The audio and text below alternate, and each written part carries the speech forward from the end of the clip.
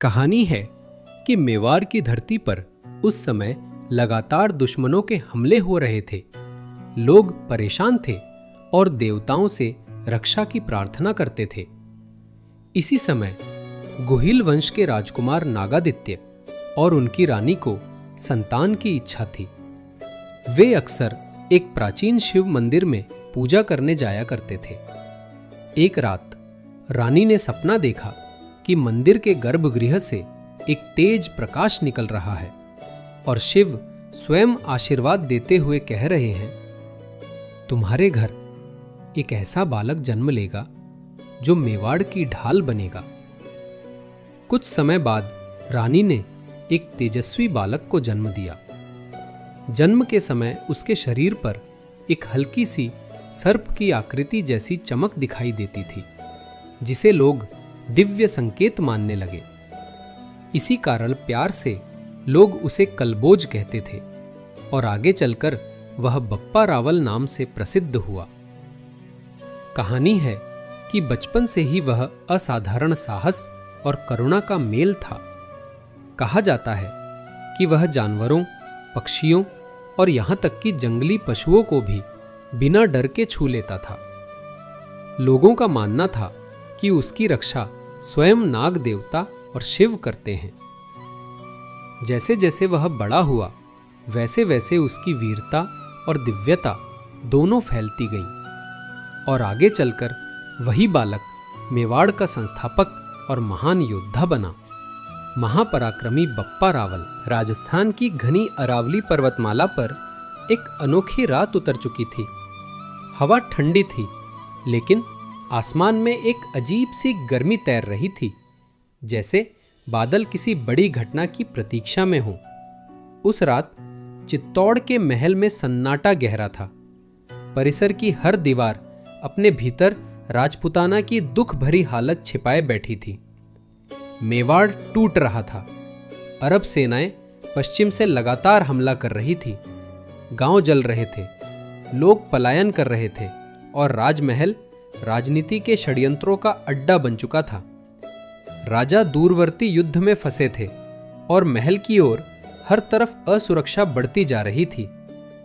इसी अराजकता के बीच महल के भीतर एक कक्ष में रानी एक दीपक के सामने ध्यानमग्न बैठी थी, आंखें बंद, माथे पर पसीने की बूंदें। भीतर कुछ घट रहा था, कुछ दिव्य, कुछ भयावह। अचानक कमरे के दीपक तेजी से भड़क उठे। कमरे की दीवारें हल्का हल्का कांपने लगी। रानी ने आंखें खोली। उनके सामने तेज प्रकाश का एक वृत्त खुल रहा था और उस प्रकाश में एक विशाल आकृति प्रकट हुई। नीली जटाओं वाला, त्रिशूलधारी, आंखों में अग्नि, भगवान शिव। महल की हवा जम सी गई। रानी कांप उठी, पर उनकी दृष्टि उस दीप प्रकाश से हटी नहीं। एक गूंजती हुई गर्जन जैसी आवाज कमरे में भर गई। रानी, मेवाड़ अंधकार में डूब रहा है, पर चिंता मत करो। तुम्हारे गर्भ से जन्मेगा एक ऐसा वीर जिसकी बांह पर नाग चिन्ह होगा। वो सूर्यवंश की लाज बचाएगा। वो राजपुताना की ढाल बनेगा। उसका नाम होगा काल भोज। रानी की सांसें थम गईं। कमरा तेजी से अंधेरे में डूब गया।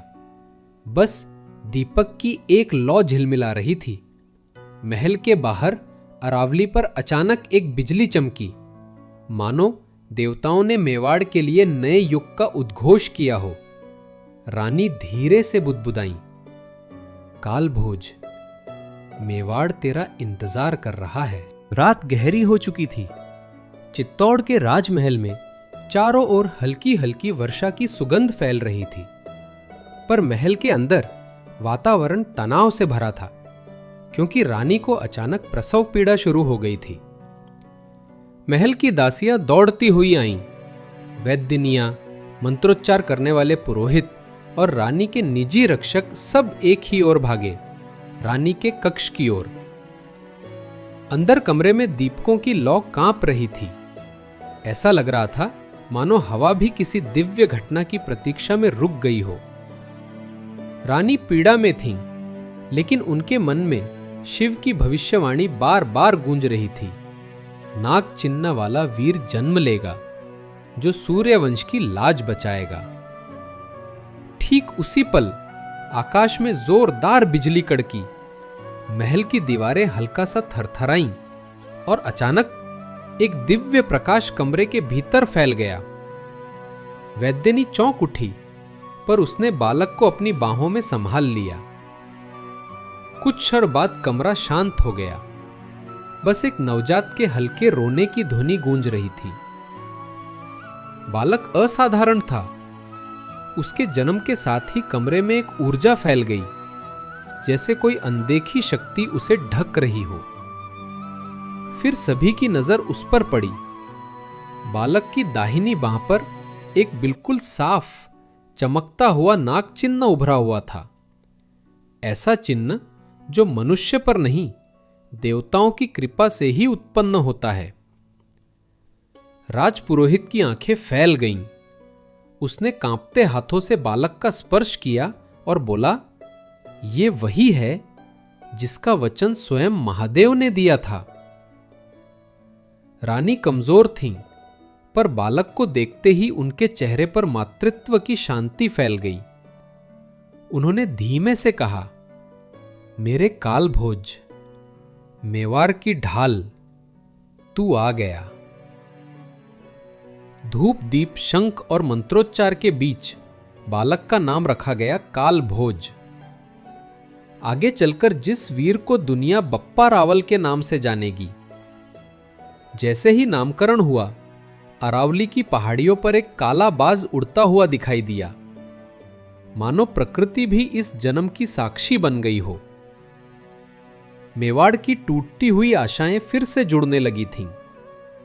उस रात मेवाड़ के इतिहास में एक नए अध्याय का आरंभ हुआ। साल बीतते गए। कालभोज अब 5 वर्ष का हो चुका था, लेकिन उसके भीतर की ऊर्जा किसी साधारण बालक जैसी नहीं थी। महल में वो सबका प्रिय था, पर उसके स्वभाव में एक अजीब सी गंभीरता रहती थी। कभी कभी वो घंटों तक अरावली की पहाड़ियों की ओर देखने लगता, मानो किसी अदृश्य शक्ति से संवाद कर रहा हो। रानी कहती, ये बालक जन्म से ही बड़ा है। प्रकृति से पहला संबंध। एक दिन कालभोज पहाड़ी की तलहटी में खेल रहा था। उसने एक घायल हिरण देखा, जिसे किसी जंगली शिकारी ने चोट पहुंचाई थी। बालक ने बिना डरे उसके घाव पर हाथ रखा। छूते ही नाग चिन्ह हल्का सा चमकने लगा। हिरण शांत हो गया और धीरे धीरे खड़ा भी हो गया। पास खड़ा बूढ़ा भील योद्धा आश्चर्य से बोला, ये बच्चा देवताओं का वरदान लगता है। उस दिन भीलों और जनजातियों के लोग उसकी ओर आकर्षित होने लगे। उन्हें लगता, ये बालक भविष्य में राजपूताना का रक्षक बनेगा। पहला संघर्ष। बचपन की चेतावनी। कालभोज के पिता युद्ध में थे और आसपास कई छोटे छोटे डाकू गिरोह सक्रिय हो गए थे। एक दिन महल के प्रांगण में अचानक हलचल मची।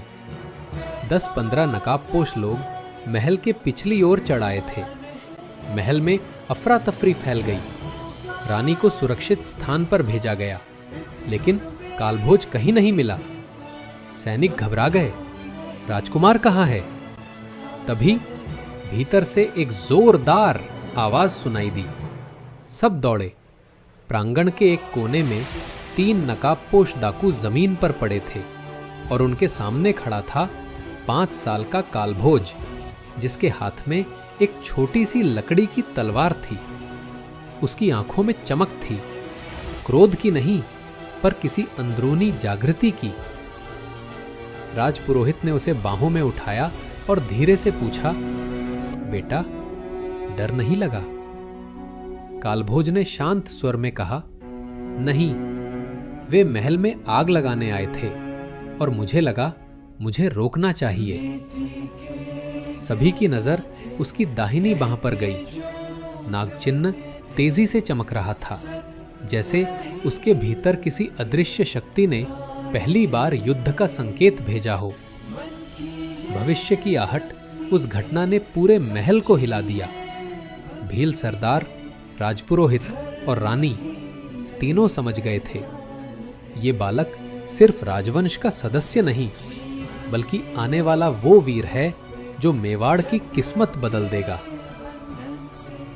उसी रात गुहा बाबा, अरावली में रहने वाले एक रहस्यमयी तपस्वी, महल के द्वार पर आए। उन्होंने कहा, कालभोज मेरा शिष्य बनेगा।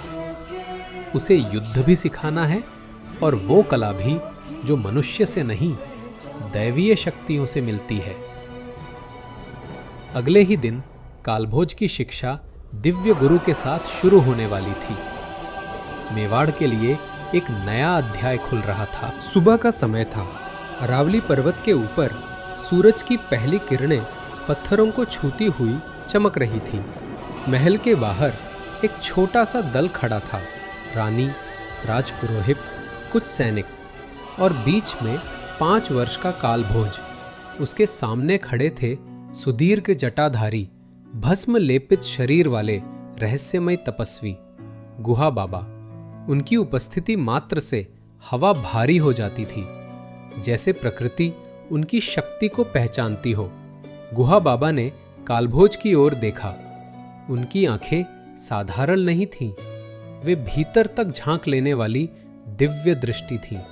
उन्होंने कालभोज की दाहिनी बांह पकड़कर कहा, नागचिन्ह, ये कोई साधारण पहचान नहीं, ये तुम्हारी शक्ति भी है और तुम्हारी जिम्मेदारी भी।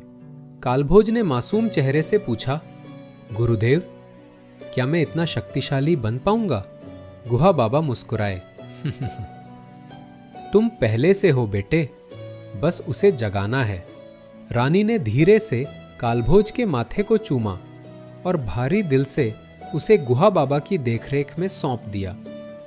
इसके बाद शुरू हुई कालभोज की वो यात्रा जो एक बालक को मेवाड़ का भविष्य बनाती है। गुहा बाबा कालभोज को पर्वतमाला के बीच स्थित एक प्राचीन गुफा में ले गए। गुफा के बाहर नागों की आकृतियां उकेरी थीं। किंवदंती थी कि ये स्थान स्वयं नागों का तपस्थल था। अंदर प्रवेश करते ही कालभोज ने महसूस किया कि वातावरण मानो जीवित है। दीवारें धीमे धीमे गूंज रही थीं, जैसे मंत्र बिना उच्चारण के स्वयं बोल रहे हों। गुहा बाबा बोले, ये स्थान देवों और नागों के मिलन का स्थल है। यहीं से तुम्हारा वास्तविक प्रशिक्षण शुरू होगा। गुहा बाबा ने कालभोज को लकड़ी की एक छोटी तलवार दी। युद्ध सिर्फ शक्ति से नहीं जीता जाता, उन्होंने कहा, बल्कि धैर्य, दृष्टि और मन के संतुलन से। फिर उन्होंने कालभोज को उसके ही बराबर कद के एक लकड़ी के प्रतिद्वंदी से भिड़ा दिया। बालक ने तलवार उठाई, जमीन पर कदम जमाए और पहला ही वार इतना तेज था कि लकड़ी का प्रतिद्वंदी पीछे गिर गया। गुहा बाबा की आंखों में चमक दौड़ गई। उन्होंने सोचा, ये बालक दिव्य है। उसकी प्रतिक्रिया मनुष्य जैसी नहीं, अंतर्ज्ञान जैसी है। अरावली की चोटियों पर सूरज ढल रहा था। पर्वत की छाया लंबी होती जा रही थी, जैसे धरती को चेतावनी दे रही हो कि अंधेरा अब सिर्फ रात नहीं, एक नया संकट लेकर आने वाला है। कालभोज अब 7 वर्ष का हो चुका था। गुहा बाबा के प्रशिक्षण ने उसके भीतर की दिव्य ऊर्जा जागृत कर दी थी। उसकी आंखों में अब बच्चे वाली मासूमियत कम और योद्धा की चमक ज्यादा थी। लेकिन उधर मेवाड़ की सीमाओं पर एक नया तूफान उठ चुका था। पश्चिम के रेगिस्तानों में अजमेर से आगे कई छोटे गांव उजड़ चुके थे। रात में काले झंडे दिखाई देते और सुबह सिर्फ धुआं और राख। सूचना ले जाने वाले भील चित्तौड़ पहुंचे और बोले, एक बड़ी सेना सीमा पर डेरा डाल रही है। उनके घोड़े काले कपड़े से ढंके हैं और उनके सेनापति के पास अजीब चमक वाली तलवार है। महल में सभा बुलाई गई।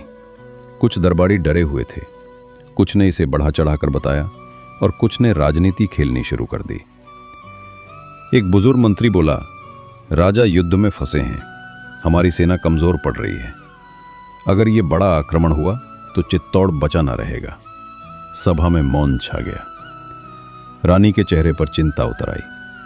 उसी समय राजपुरोहित धीमे स्वर में बोले, डरिए मत। जिसका जन्म देव आशीष से हुआ हो, जब वो बड़ा होगा मेवाड़ उसके नेतृत्व में अजय बनेगा। रानी ने मनी मन कहा, मेवाड़ को बस समय चाहिए, कालभोज को तैयार होने का समय।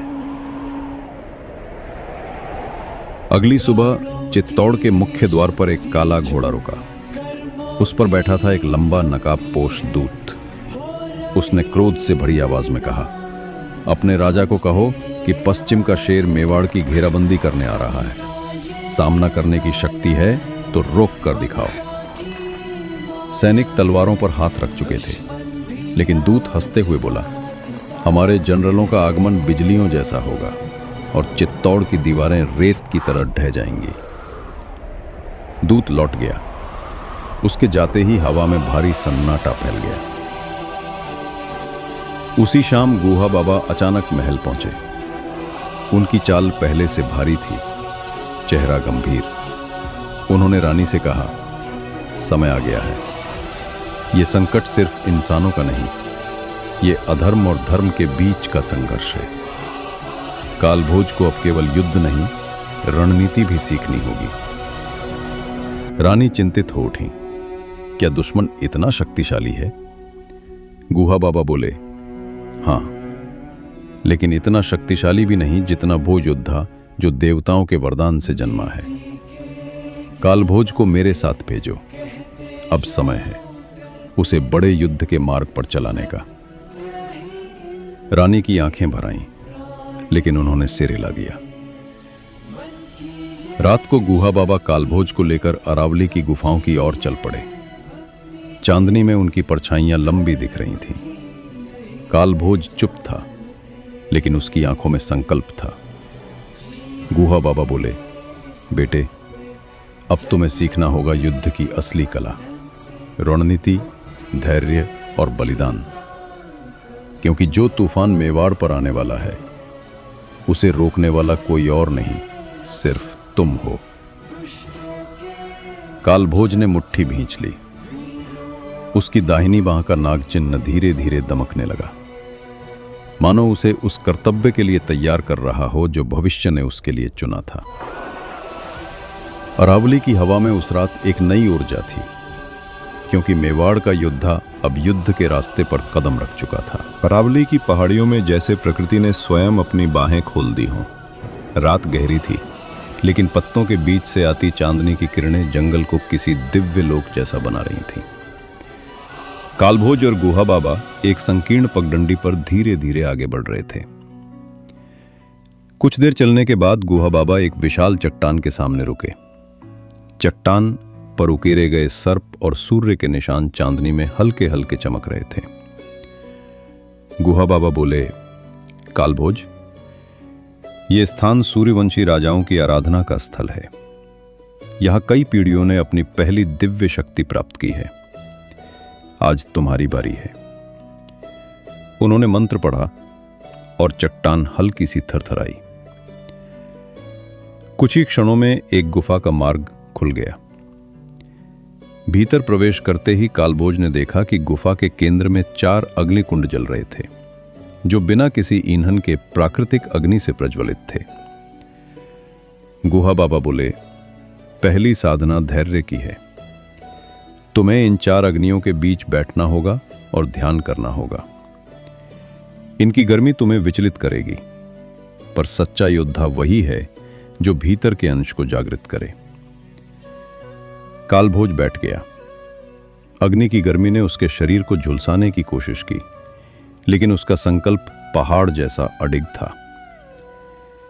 कई घंटे बीत गए। अंततः अग्नि की लपटें धीरे धीरे शांत होने लगीं, मानो उसे स्वीकार कर रही हों। गुहा बाबा मुस्कुराए। अग्नि ने तुम्हें स्वीकार किया। तुमने पहली परीक्षा पार कर ली। अग्नि गुफा में घना अंधेरा था, इतना गहरा कि हाथ आगे करने पर भी दिखाई न दे। गुहा बाबा ने कहा, यह अंधकार तुम्हारे भीतर के भय का प्रतीक है। जितना तुम डरोगे, ये उतना ही गहरा होगा। लेकिन जैसे ही तुम स्वीकार करोगे कि भय भी एक शक्ति है, अंधेरा स्वयं हट जाएगा। कालभोज ने एक गहरी सांस ली और कदम आगे बढ़ाए। उसके सामने अचानक एक विशाल छाया खड़ी हो गई, एक दानव जैसी आकृति, लाल आंखें और उसके पिता का स्वर, तुम असफल हो जाओगे। कालभोज पहले हिला, लेकिन फिर कहा, तुम मेरा भय हो और मैं तुम्हें अपने भीतर स्वीकार करता हूं। यह कहा तो छाया धुएं में बदलकर खत्म हो गई। पूरी गुफा में रोशनी फैल गई। अगली गुफा सबसे रहस्यमयी थी। दीवारों पर सर्पों की नक्काशी और बीच में एक प्राचीन शिवलिंग। उसके ऊपर हल्की नीली ज्योति थी। गुहा बाबा ने गहरी आवाज में कहा, कालभोज, तुम्हारे दाहिने हाथ का नाग चिन्ह केवल एक जन्म चिन्ह नहीं, ये एक दिव्य संकेत है। इस परीक्षा में यह जागेगा अगर तुम योग्य साबित हुए। उन्होंने कालभोज को शिवलिंग के आगे बैठाया और मंत्रोच्चारण शुरू किया। कुछ ही देर में एक ठंडी शक्ति कालभोज के हाथ में उतरती गई। नाग चिन्ह चमकने लगा, पहले नीला, फिर सुनहरा, फिर तेज प्रकाश से भरा सफेद। गुहा बाबा बोले, ये नाग तुम्हारी रक्षा भी करेगा और तुम्हें चेतावनी भी देगा। इसका जागरण मतलब तुम्हारा भाग्य अब साधारण नहीं रहा। प्रकाश शांत होते ही कालभोज गहरी सांस लेकर खड़ा हुआ, बदला हुआ और पहले से अधिक शक्तिशाली। सुबह होते ही दोनों गुफा से बाहर आए। पहाड़ों की हवा मानो कालभोज को नए रूप में पहचान रही थी। गुहा बाबा ने कहा, अब तुम साधारण बालक नहीं रहे। मेवाड़ का भविष्य आज से तुम्हारे कंधों पर है। कालभोज ने सिर झुकाया और पहली बार उसने कहा, गुरुदेव, मैं तैयार हूं। अरावली की पहाड़ियों पर सुबह की लालिमा फैल रही थी, लेकिन आज की हवा सामान्य नहीं थी। इसमें धूल, घोड़े की टापों की गूंज और आने वाले अनिष्ट की गंध थी।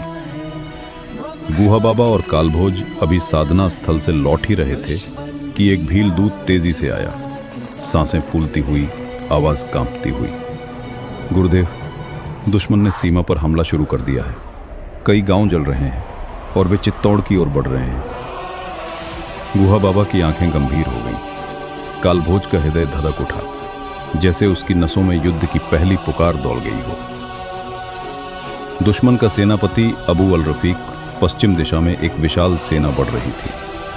काले झंडे हवा में फड़फड़ा रहे थे, धातु के कवच चमक रहे थे और लंबी भालें कतार में उठी हुई थी।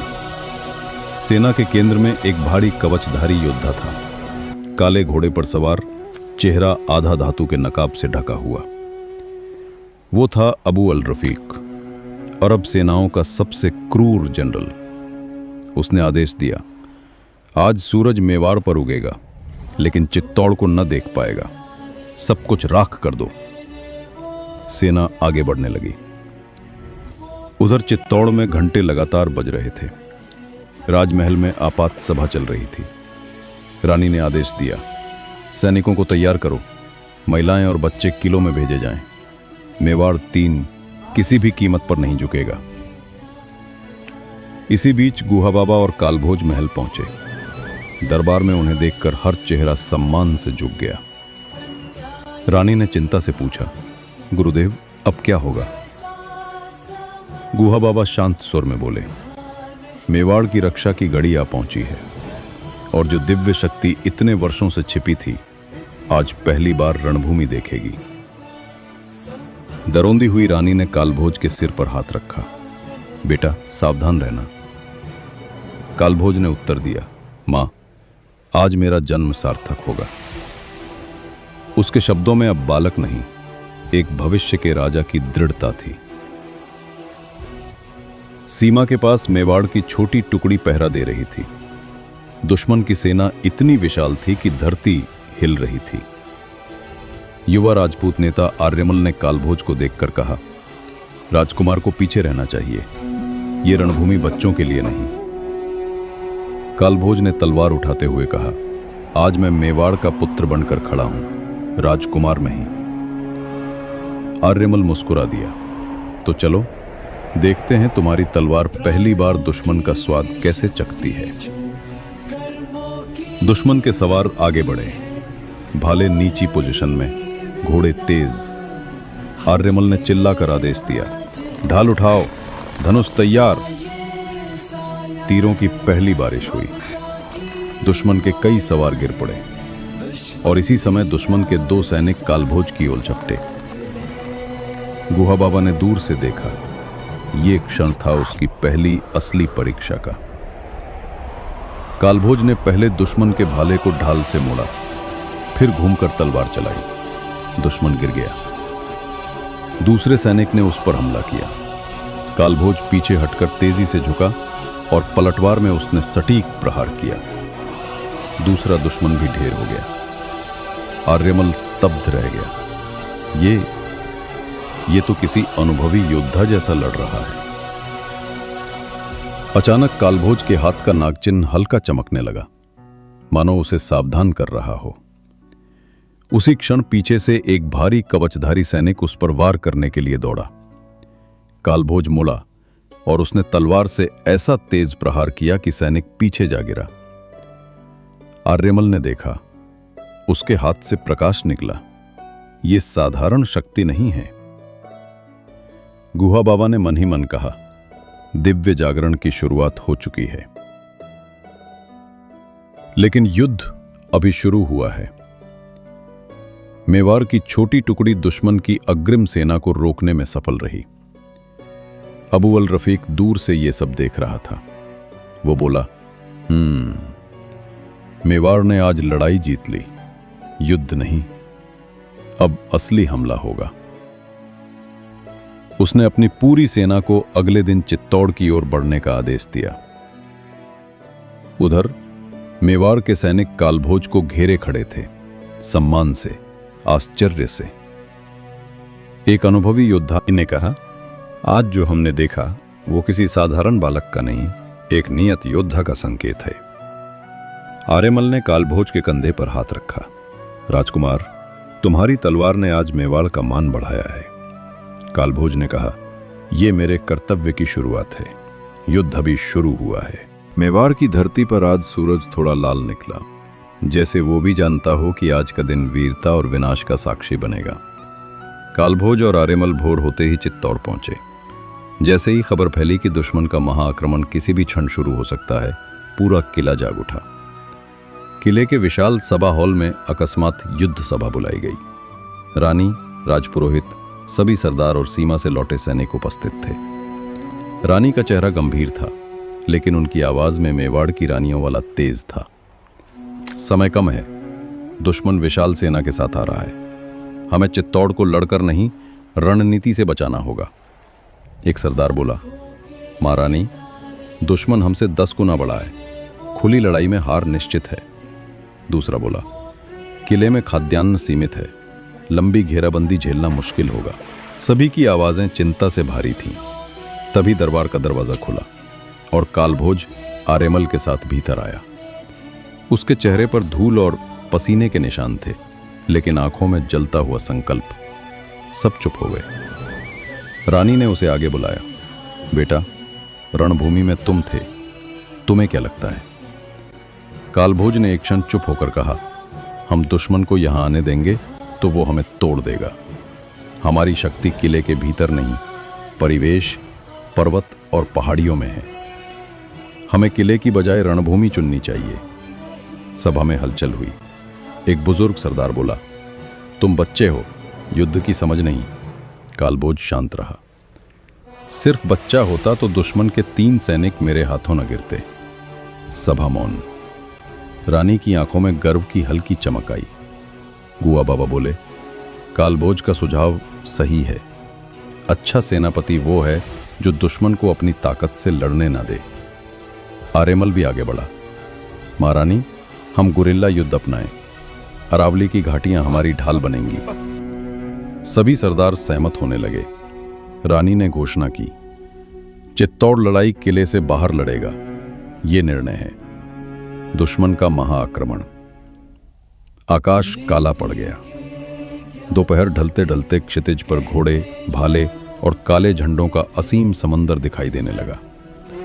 अबू अल रफीक की आवाज दूर तक गूंजी, मेवाड़, अपनी आखिरी सांस के लिए तैयार हो जाओ।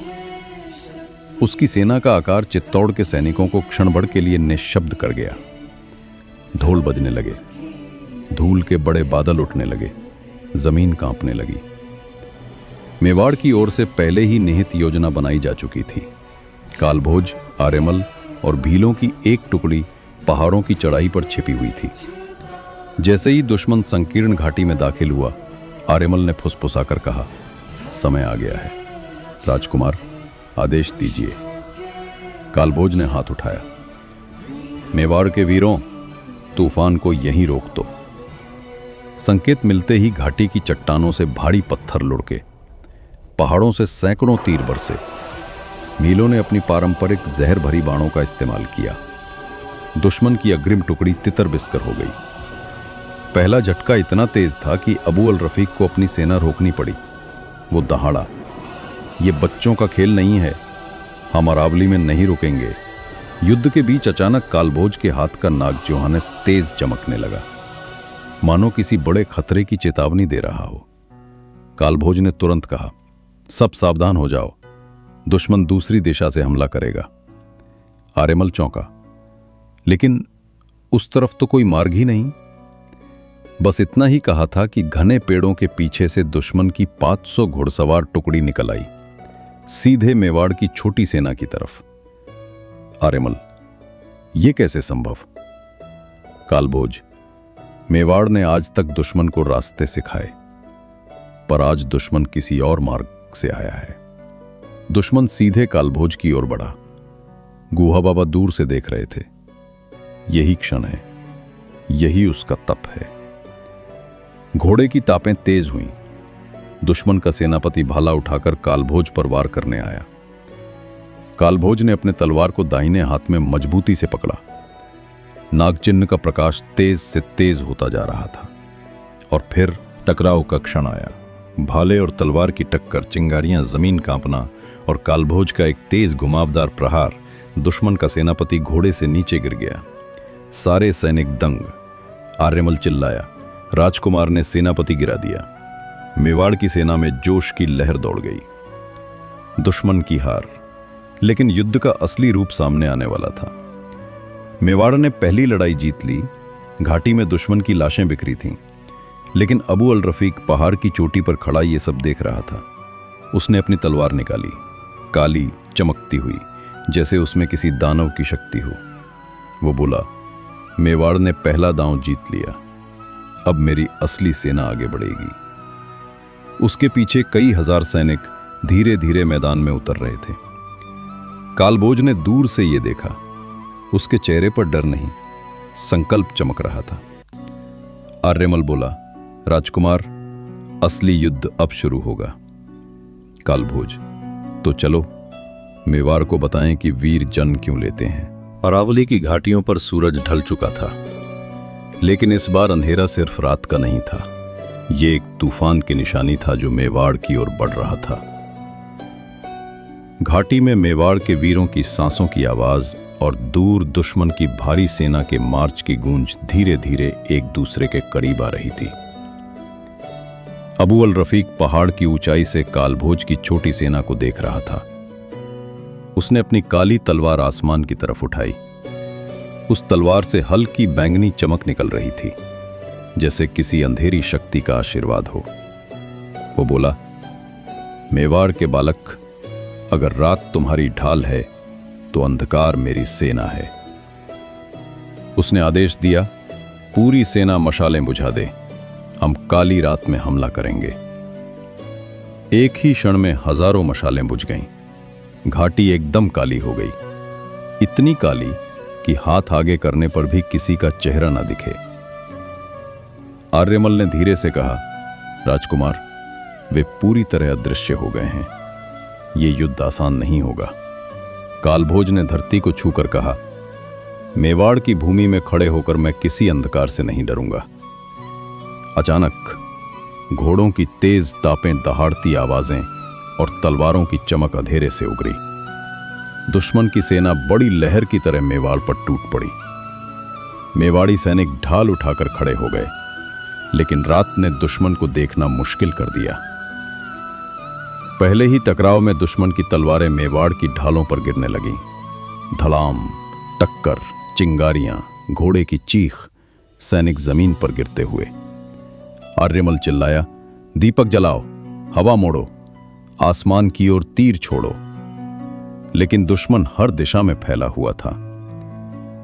इसी अंधकार में एक अचानक परिवर्तन हुआ। कालभोज के दाहिने हाथ का नाग चिन्ह तेज प्रकाश से चमक उठा। पहले हल्का नीला, फिर सुनहरा और फिर शुद्ध सफेद, तेज। किए हुए साधनों का फल पहली बार युद्ध में प्रकट हो रहा था। आर्यमल चौंक गया।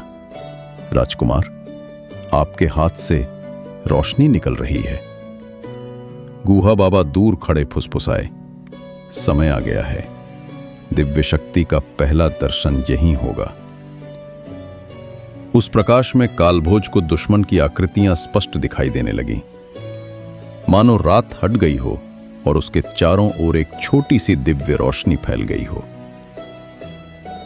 कालभोज की पहली दिव्य युद्ध कला दुश्मन के 4 घुड़सवार एक साथ उस पर टूटे। लेकिन कालभोज अब वो बच्चा नहीं रहा। अग्नि साधना, अंधकार परीक्षा और नाग जागरण, तीनों की शक्ति उसके भीतर प्रवाहित हो रही थी। उसने पहले प्रहार को ढाल मोड़कर हवा में उछाला, दूसरे वार से तलवार को रोककर घोड़े को गिराया, तीसरे सैनिक की गर्दन पर सटीक प्रहार किया और चौथे पर ऐसी तेज चाल चली कि वो पीछे की ओर गिर पड़ा। आर्यमल दंग। ये इंसानी युद्ध कला नहीं, ये तो देववीर की चालें हैं। दुश्मन के सैनिक एक क्षण के लिए रुक गए। उन्हें लगा जैसे अंधकार में एक चमकता हुआ योद्धा लड़ रहा हो। अंधेरे में एक विशाल छाया उभरी। अबू अल रफीक खुद मैदान में उतर आया था। उसकी काली तलवार रात जितनी ही भयावह थी। वो गरजा, मेवाड़ के बालक, मैं ही वो तूफान हूं जिसे तुम रोकना चाहते हो। वो अचानक बिजली जैसी गति से कालभोज पर टूट पड़ा। पहला वार इतना भारी कि कालभोज पीछे सरक गया। दूसरा वार कालभोज ने रोका, लेकिन तलवार में अजीब अंधेरा सा कंपन महसूस हुआ। तीसरा वार कालभोज जमीन पर घुटने के बल आ गया। अबू अल रफीक हंसा, तुम वीर हो लेकिन ताकत नहीं। मेरी तलवार में एक दानव की आत्मा बंधी है। उसने तलवार उठाई कालभोज पर अंतिम वार करने के लिए। आर्यमल चीखा, राजकुमार। वार पड़ने ही वाला था कि अचानक धरती से एक विशाल ज्योति उठी, जैसे किसी ने आग नहीं बल्कि प्रकाश का स्तंभ जला दिया हो। कालभोज के सामने एक दिव्य आकृति उभरी, शांत, तेजस्वी, 3 नेत्र वाला। गुहा बाबा जमीन पर बैठ गए। महादेव। वो शिव का पहला दर्शन था कालभोज के जीवन में। आकृति ने कहा, पुत्र, तेरी साधना पूर्ण हुई। अधर्म को रोकने की शक्ति तुझे दी जाती है। और प्रकाश कालभोज के शरीर में समा गया। उसका नाग चिन्ह इतना तेज चमका कि पूरी घाटी क्षण भर को दिन जैसी रोशन हो गई। अबू अल रफीक पीछे हट गया। ये क्या शक्ति है? कालभोज खड़ा हुआ, आंखों में शांति, चाल में दृढ़ता, और वो बोला, मेवाड़ के वीर डरते नहीं, हम प्रकाश के पुत्र हैं। रात की काली चादर अब 2 हिस्सों में बंट चुकी थी। एक तरफ अंधकार की सेना, दूसरी तरफ कालभोज की दिव्य प्रकाश से दमकती उपस्थिति। जहां कालभोज खड़ा था वहां रात भी कांप रही थी। अबू अल रफीक पीछे हटते हुए अपनी काली तलवार को दोनों हाथों से पकड़कर आसमान की ओर घुमाने लगा। तलवार से इस बार और भी गहरी और भी भारी काली लपटें निकलने लगीं, जैसे कोई दानव स्वयं तलवार में जाग रहा हो। वह गरजा, मेवाड़ के बालक, तुम्हें हराने के लिए मेरे पास सिर्फ तलवार नहीं, एक पूरी अंधकार शक्ति है। जैसे ही उसने काली तलवार जमीन पर मारी, धरती कंपाने लगी। चारों तरफ से काले धुएं के स्तंभ उठे। कुछ ही क्षण में घाटी का भूगोल ही बदल गया। वहीं खड़े सैनिक एक दूसरे को देख नहीं पा रहे थे। हवा में दर्द, भ्रम और भारीपन फैल गया। आर्यमल चौंक कर बोला, यह एक साधारण युद्ध नहीं रहा, यह राक्षसी शक्ति है। दुश्मन के सैनिक इस काले धुएं में बिल्कुल सहज थे। वे अचानक प्रकट होते, घातक वार करते और फिर गायब हो जाते। मेवाड़ की सेना भ्रमित होने लगी। गुहा बाबा ने गहरी आवाज में कहा, राजकुमार, यह तिमिर जाल है। इसमें फंसने वाला अपने ही साथी को दुश्मन समझ लेता है। वास्तव में कुछ मेवाड़ी सैनिक एक दूसरे से भिड़ने लगे थे। कालभोज ने आदेश दिया, सब पीछे हटो, सैन्य पंक्ति मत तोड़ो। लेकिन दुश्मन यही चाहता था।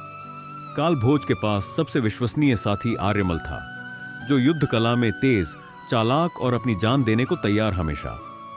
आर्यमल ने देखा कि सैनिकों को बचाने का एक ही तरीका है, उसे खुद तिमिर जाल में उतरना होगा।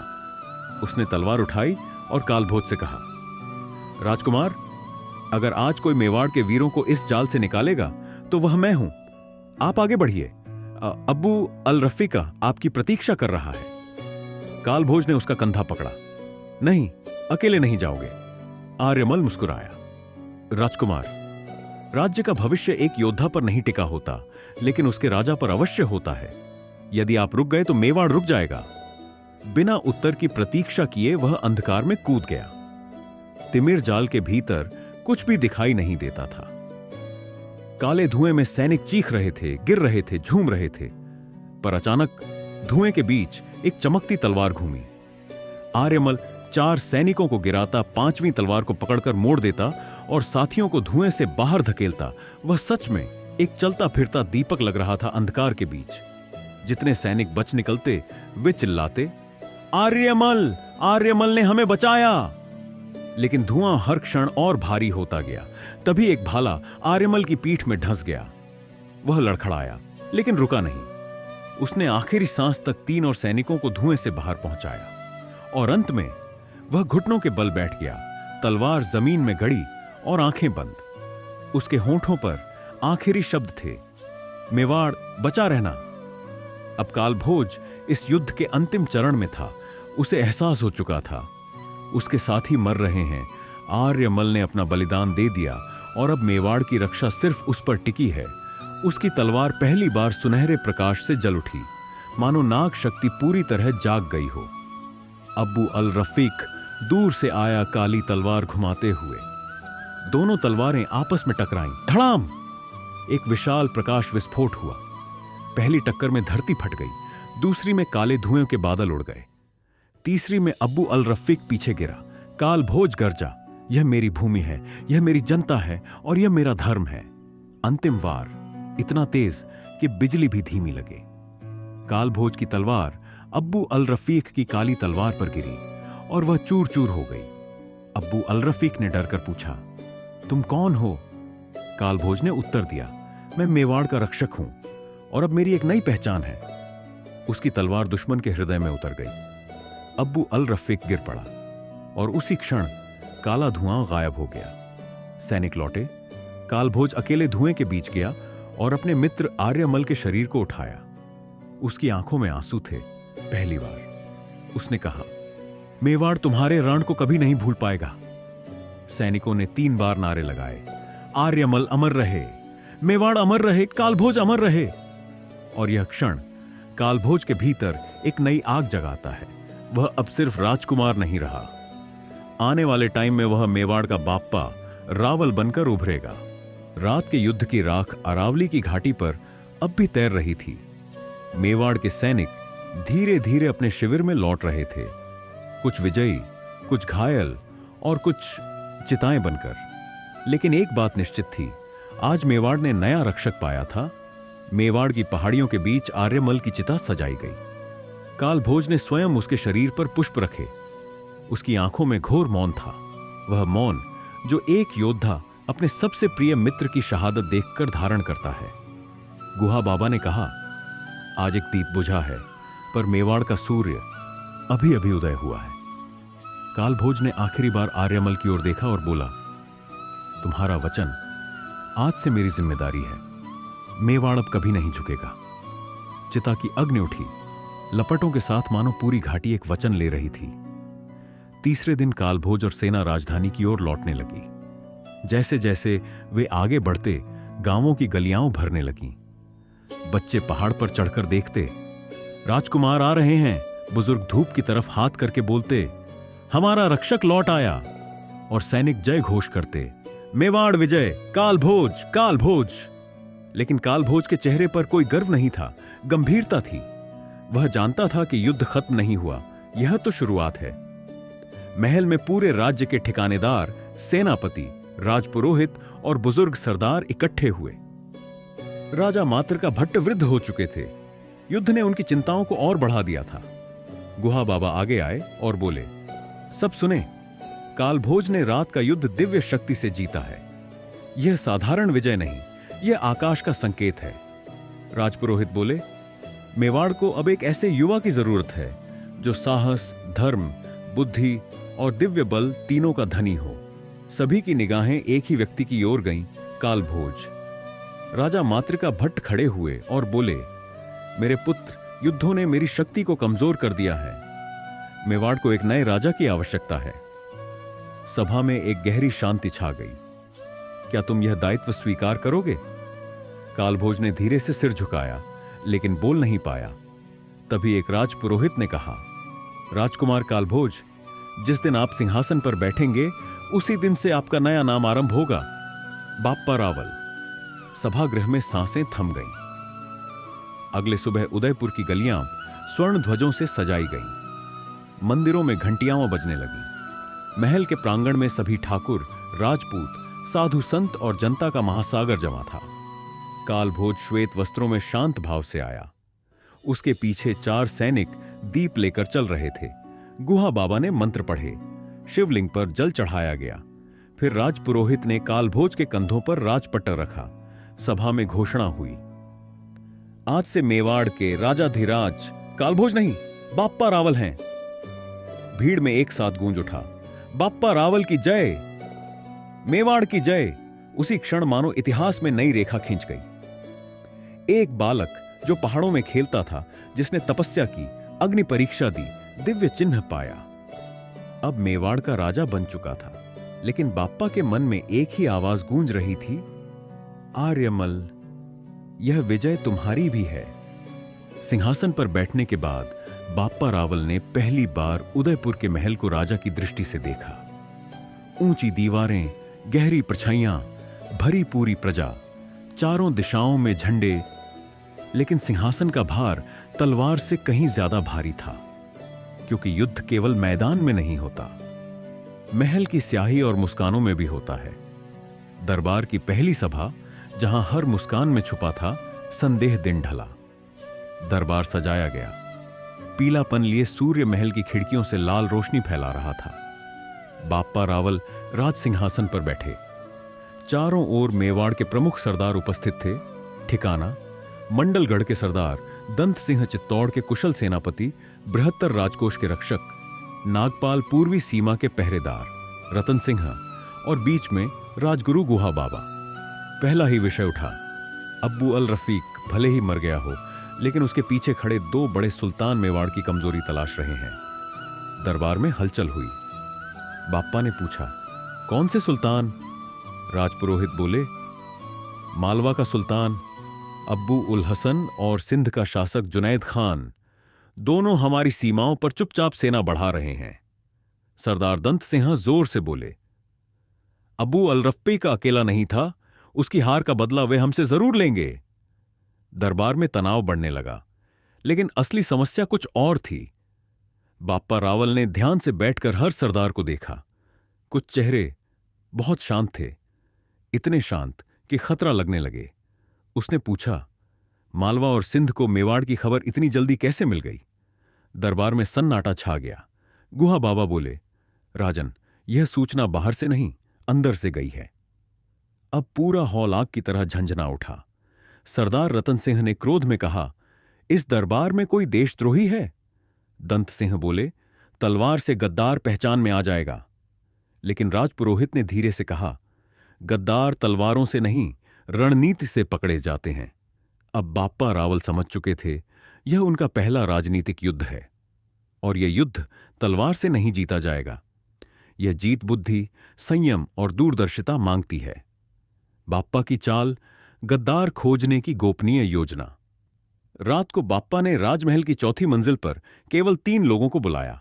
1 गुहा बाबा, 2 बृहत्तर सेनापति, 3 कोषाध्यक्ष नागपाल। बाप्पा बोले, यदि राज्य में गद्दार है तो वह सूचना पर नहीं, लोह पर पकड़ा जाएगा। गुहा बाबा ने पूछा, आपकी योजना? बाप्पा ने कहा, 3 अलग अलग संदेश 3 सरदारों को भेजे जाएंगे। हर एक संदेश में झूठी लेकिन बहुमूल्य सूचना होगी। जो सूचना बाहर पहुंचेगी उसी से गद्दार मिल जाएगा। नागपाल हंसे, राजन, यह राजनीति की चाल है और बेहद तीखी। बाप्पा ने उत्तर दिया, मेवाड़ तलवार से सुरक्षित है पर सिंहासन नहीं। सिंहासन की रक्षा बुद्धिमानी से होती है। अगली सुबह छुपकर रखी गई 3 झूठी खबरें, 3 संदेश भेजे गए। 1 दंत सिंह को मेवाड़ दक्षिण सीमा की सेना भी बाब्बर है, हमारी उत्तर दिशा खाली है। 2 रतन सिंह को राजकोष के सोने का बड़ा हिस्सा चित्तौड़ किले में स्थानांतरित होगा। 3 नागपाल को एक गुप्त सुरंग उदयपुर महल से बाहर पहाड़ियों तक जाती है। तीनों संदेश 3 दिशाओं में गए। अब बस एक ही इंतजार था, कौन सी सूचना दुश्मन तक पहुंचती है। तीसरे दिन का झटका बन गद्दार की पहली निशान सुबह महल में एक सवार पहुंचा। वह घोड़े से कूदकर बोला, राजन, मालवा की सेना हमारी उत्तर सीमा की ओर बढ़ रही है। दरबार में सबकी आंखें फैल गईं, क्योंकि उत्तर दिशा की सुरक्षा जिसे कमजोर बताया गया था, वह जानकारी सिर्फ एक ही व्यक्ति को दी गई थी, दंत सिंह। अब गद्दार का नाम लगभग सामने आ चुका था, लेकिन बाप्पा रावल जल्दबाजी में किसी को पकड़ते नहीं। उन्होंने कहा, उसे पकड़ना नहीं, उसे खुद खुलने दो। महल के आंगन में सूरज अभी निकला ही था, लेकिन उसके प्रकाश से पहले एक और रोशनी जाग चुकी थी, बाप्पा रावल की समझ, जो अब गद्दार के बेहद करीब थी। मालवा की सेना मेवाड़ की उत्तर दिशा की ओर बढ़ चुकी थी, और ये वही दिशा थी जिसकी कमजोरी केवल एक ही सरदार को बताई गई थी, दंत सिंह। लेकिन बाप्पा जानते थे, कभी कभी सबसे स्पष्ट चेहरा ही सबसे बड़ा भ्रम होता है। उन्हें अभी पूरी सच्चाई चाहिए थी, आधा उत्तर नहीं। बाप्पा रावल ने महल में एक छोटी गुप्त सभा बुलाई। मौजूद थे बृहत्तर सेनापति नागपाल, कोषाध्यक्ष रतन सिंह और राजगुरु गुहा बाबा। कुर्सियों पर बैठते ही दंत सिंह ने ऊंची आवाज में कहा, राजन, मालवा की सेना उत्तर दिशा से चढ़ रही है। यह हमला अचानक आया है, हमें तत्काल सेना भेजनी चाहिए। बाप्पा रावल शांत रहे। उनकी आंखें दंत सिंह की बेचैनी को पढ़ रही थीं। उन्होंने पूछा, दंत सिंह, तुम्हें यह कैसे पता चलेगा कि हमला अचानक आया है? हमने तो सिर्फ एक संदेश भेजा था, वो भी गुप्त। दंत सिंह के चेहरे पर क्षण भर को पसीना आया, लेकिन उसने जल्दी से उत्तर दिया, राजन, मेरे जासूसों ने बताया। बृहत्तर ने कड़क आवाज में कहा, जासूस या कोई और? तनाव हवा में फैल गया।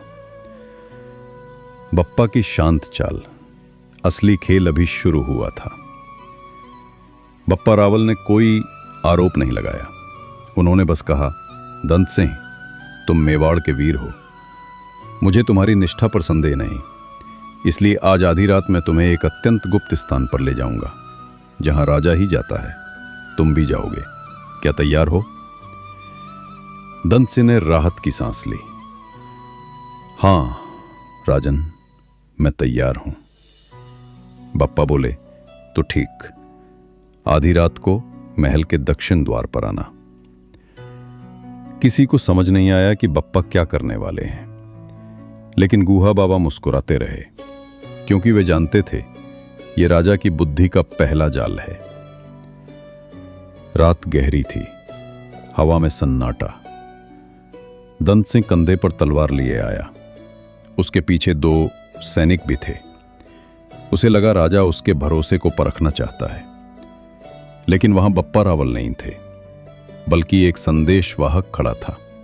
उसने कहा, सरदार दंत सिंह, राजा ने आपको बुलाया है। पहाड़ियों के पीछे एक गुफा में। दंत सिंह तुरंत चल पड़ा। वो ये जान नहीं पाया कि बप्पा ने जासूसी का जाल बिछाया था। दंत सिंह जैसे ही महल से बाहर पहाड़ियों की ओर पहुंचा, झाड़ियों में 3 परछाइयां खड़ी थीं। वे लोग मालवा की पोशाक में थे। दंत सिंह ने फुसफुसाकर कहा, उत्तर दिशा पर हमला जारी रखो। राजा को लगा है कि मैं उसके साथ हूं। वो आज रात गुप्त सुरंग के रास्ते बाहर आएगा, उसे वहीं पकड़ लेना। यह सुनना था कि पीछे एक घोड़े की टाप गूंजी। दंत सिंह ने चौंक कर मुड़कर देखा। घोड़े पर बप्पा रावल बैठे थे। पीछे खड़े थे बृहत्तर और 10 सैनिक। बप्पा की आवाज पहाड़ों में गूंज गई, अपना बचाव मत करना दंत सिंह, तुम्हें रंगे हाथों पकड़ने का यही समय था। दंत सिंह ने भागने की कोशिश की, लेकिन बृहत्तर ने एक ही छलांग में उसे पकड़ लिया। मालवा के जासूस तलवार उठाने ही वाले थे कि बप्पा ने कहा, जिंदा पकड़ो, मेवाड़ को सच चाहिए, लाश नहीं। कुछ ही क्षण में सारे जासूस बेबस पड़े थे और दंत सिंह फर्श पर गिरकर हर शब्द के साथ टूट रहा था। बप्पा रावल ने पूछा, क्यों किया ये? दंत सिंह की आंखों से आंसू गिर पड़े। राजन, अबू अल रफीक ने मेरे परिवार को बंधक बनाया था। मैंने मजबूरी में उसे सूचना दी, पर मुझे नहीं पता था कि वो मर जाएगा, और मालवा मुझे अब भी धमका रहा है। यह सुनकर दया नहीं, लेकिन सच्चाई का भार दरबार पर छा गया। बप्पा बोले, तुमने भय में गलती की, पर यह गलती मेवाड़ को खतरे में डाल रही थी। उन्होंने आदेश दिया, दंत सिंह को कड़े पहरे में रखा जाए, उसके परिवार को उसी रात आजाद करवाया जाए। गुहा बाबा ने सिर झुकाया, यही धर्म है राजन। अब बापा रावल जानते थे बाहर दुश्मन बढ़ रहे हैं, अंदर जासूस छुपे रह सकते हैं। सिर्फ सेना काफी नहीं, खुफिया जाल चाहिए। उन्होंने अगले दिन एक गुप्त कक्ष में 7 सबसे विश्वसनीय लोगों को बुलाया। बृहत्तर नागपाल, 3 तेज जासूस, 1 तीरंदाज और स्वयं गुहा बाबा। उन्होंने कहा, आज से मेवाड़ में एक नई छाया सेना जन्म लेगी, जिसका काम होगा दुश्मन को आने से पहले देख लेना। गुहा बाबा ने नाम सुझाया, नाग दृष्टि। नाग जैसी दूरदृष्टि और अदृश्यता वाली सेना। बापा बोले, नाग दृष्टि का पहला मिशन मालवा की सेना के इरादों को जड़ से जानना है। सबने एक साथ कहा, आज्ञा महाराज बापा रावल। मालवा का भीषण प्रथम आक्रमण, पहाड़ की घेराबंदी और नाग दृष्टि का पहला कमाल। रात के अंधेरे में मेवाड़ पर छाया एक नया तूफान अब धीरे धीरे आकार ले रहा था। हर कदम पर साजिश, हर दिशा में घुसपैठ और हर पहाड़ी पर जंगल की तरफ फैलती मालवा की चालें। लेकिन बापा रावल अब अकेले नहीं थे, क्योंकि आज मेवाड़ की रक्षा तलवार ही नहीं, छाया सेना नागदृष्टि के हाथों में भी थी। उषा की पहली किरण अरावली की पहाड़ियों पर पड़ी ही थी कि एक चौकीदार महल की ओर दौड़ता आया। राजन, उत्तर और उत्तर पश्चिम की पहाड़ियों पर मालवा के झंडे दिखाई दे रहे हैं। ये वही दिशा थी जिसे दंत सिंह ने लीक किया था। बापा रावल तुरंत उठे। सोने की नहीं, युद्ध की चमक उनके चेहरे पर थी। दरवाजे बंद करो नहीं, पहाड़ खुला रहने दो, आज हम उनके कदमों की आवाज सुनेंगे। बृहत्तर ने आदेश दिया, सेना तैयार करो। पूरा मेवाड़ अब सुन रहा था युद्ध का पहला शंखनाद। 3 जासूस गहरे भूरे कपड़ों में चील की तरह चट्टानों पर चढ़ रहे थे। उनका लक्ष्य था दुश्मन की संख्या, उनका रास्ता, और असली उद्देश्य पहले पहाड़ी के ऊपर पहुंचते ही दूर से मालवा की सेना दिखी। हजारों सैनिक, भारी बख्तरबंद घोड़े और सबसे आगे एक काला झंडा, कुतुबुल हसन। जासूस ने धीमे स्वर में कहा, तो यहीं से आग शुरू होने वाली है। लेकिन तभी तीनों की नजर किसी अजीब चीज पर पड़ी। दुश्मन घेराबंदी नहीं कर रहा था, बल्कि खुद भी किसी को खोज रहा था। उनके तंबुओं से आवाजें आ रही थीं, जासूसों को पकड़ो, राजा मेवाड़ रात में बाहर निकलेगा। ये सुनते ही जासूसों के चेहरे बदल गए। ये तो दंत सिंह ने उन्हें बताया था, पर दंत सिंह तो पकड़ा जा चुका है, मतलब एक और गद्दार था। मालवा की सेना धीरे धीरे नीचे उतरने लगी। उनकी योजना थी पहाड़ की निचली घाटी पर कब्जा, पानी का स्रोत काटना और फिर मेवाड़ को भूखे रहकर कमजोर करना। जैसे ही वे घाटी में उतरे, मेवाड़ की छोटी टुकड़ी तीर चलाती हुई आ गई। पहला तीर गिरा, युद्ध छिड़ गया। दुश्मन ने ऊंची आवाज में कहा, पहाड़ की चोटी पर चढ़ो, राजा वहीं मिलेगा। पर वहीं खड़े बृहत्तर गरजा, राजा वहां नहीं, यहीं है। और बाप्पा रीडर अपने काले घोड़े नीलकंठ पर पहाड़ी रास्ते से नीचे उतर आए। उनकी भुजाएं लोहा तोड़ सकती थीं। तलवार हवा को चीरकर मालवा की पहली पंक्ति पर गिरी। मेवाड़ पर पहला वार करने वाला जीवित नहीं लौटेगा। तीनों दिशाओं में हाहाकार मच गया। तीनों जासूस मालवा शिविर के पीछे पहुंचे। उनकी नजर एक टेंट के अंदर गई। वहां एक दस्तावेज था, मेवाड़ का नक्शा, गुप्त रास्तों के चिन्ह और दक्षिण सुरंग, जिसके बारे में सिर्फ 4 से 5 लोग जानते थे। जासूस फुसफुसाए। दंत सिंह अकेला नहीं था। उन्होंने दूसरा दस्तावेज उठाया। उस पर लिखा था, हमारे मेवाड़ी सहयोगी को तीसरे पहाड़ की खान में छुपाया गया है। सांस रुक गई। मतलब गद्दार अभी जिंदा है और मेवाड़ में कहीं छिपा है। जासूसों ने तुरंत यह खबर मेवाड़ भेजी, राजन को बताओ युद्ध बाहर है पर असली आग अंदर छुपी है। लौह कवच पहने वो आगे घुसे। एक वार में 2 सैनिक गिरे। तीसरे को ढाल से हटाया, चौथे को घोड़े की टक्कर से गिराया। बृहत्तर सिंह की तरह दहाड़े, मेवाड़ पहला खून हमारा। मालवा की पहली पंक्ति घुटने टेकने लगी। घाटी धूल से भर गई। तलवारों की चमक रात को सूर्य बना रही थी। कुतुबुल हसन पहाड़ी पर चढ़ते हुए बोले, आज रात राजा बाप्पा रावल की लाश पर्वत से नीचे गिरेगी। और बाप्पा ने मुस्कुराते हुए कहा, मेवाड़ का राजा पहाड़ों से गिरता नहीं, पहाड़ों को उठाता है। मेवाड़ की पहाड़ियों में युद्ध की आग भड़क चुकी थी, लेकिन असली तूफान अभी आने वाला था, क्योंकि मालवा की सेना का सेनापति कुतुबुल हसन अभी मैदान में उतरा नहीं था। वो एक ऐसा योद्धा था जिसे लोग तूफान का पुत्र कहते थे। एक साथ 3 तलवारें चलाने वाला और रणभूमि में भय का प्रतीक। आज उसकी तलवार मेवाड़ पर गिरने वाली थी। पहाड़ी के ऊपर धूल का एक बड़ा गुबार उठा और उसमें से एक विशाल काला घोड़ा उभरा। उस पर बैठा था लोहे की काली बख्तर, लाल धारीदार पगड़ी और 3 तलवारों का खोल। कुतुबुल हसन गरजा, बाप्पा रावल, तेरी मृत्यु का वक्त आ गया है। मालवा की सेना में जोश की गर्जना उठी। बाप्पा रावल नीलकंठ पर खड़े होकर बोले, जो मेरो धर्म ललकारे उसकी तलवार मैं तोड़ दूंगा। दोनों सेनाएं फिर भिड़ गईं। कुतुब ने तेज प्रहार किया। दाएं हाथ में पहली तलवार, बाएं में दूसरी और कमर से तीसरी तलवार घूमकर निकलती एक ही हमले में मेवाड़ के 4 सैनिक गिरे। 72 ने चौंक कर कहा, राजन, ये युद्ध चाल सामान्य योद्धा नहीं चला सकता।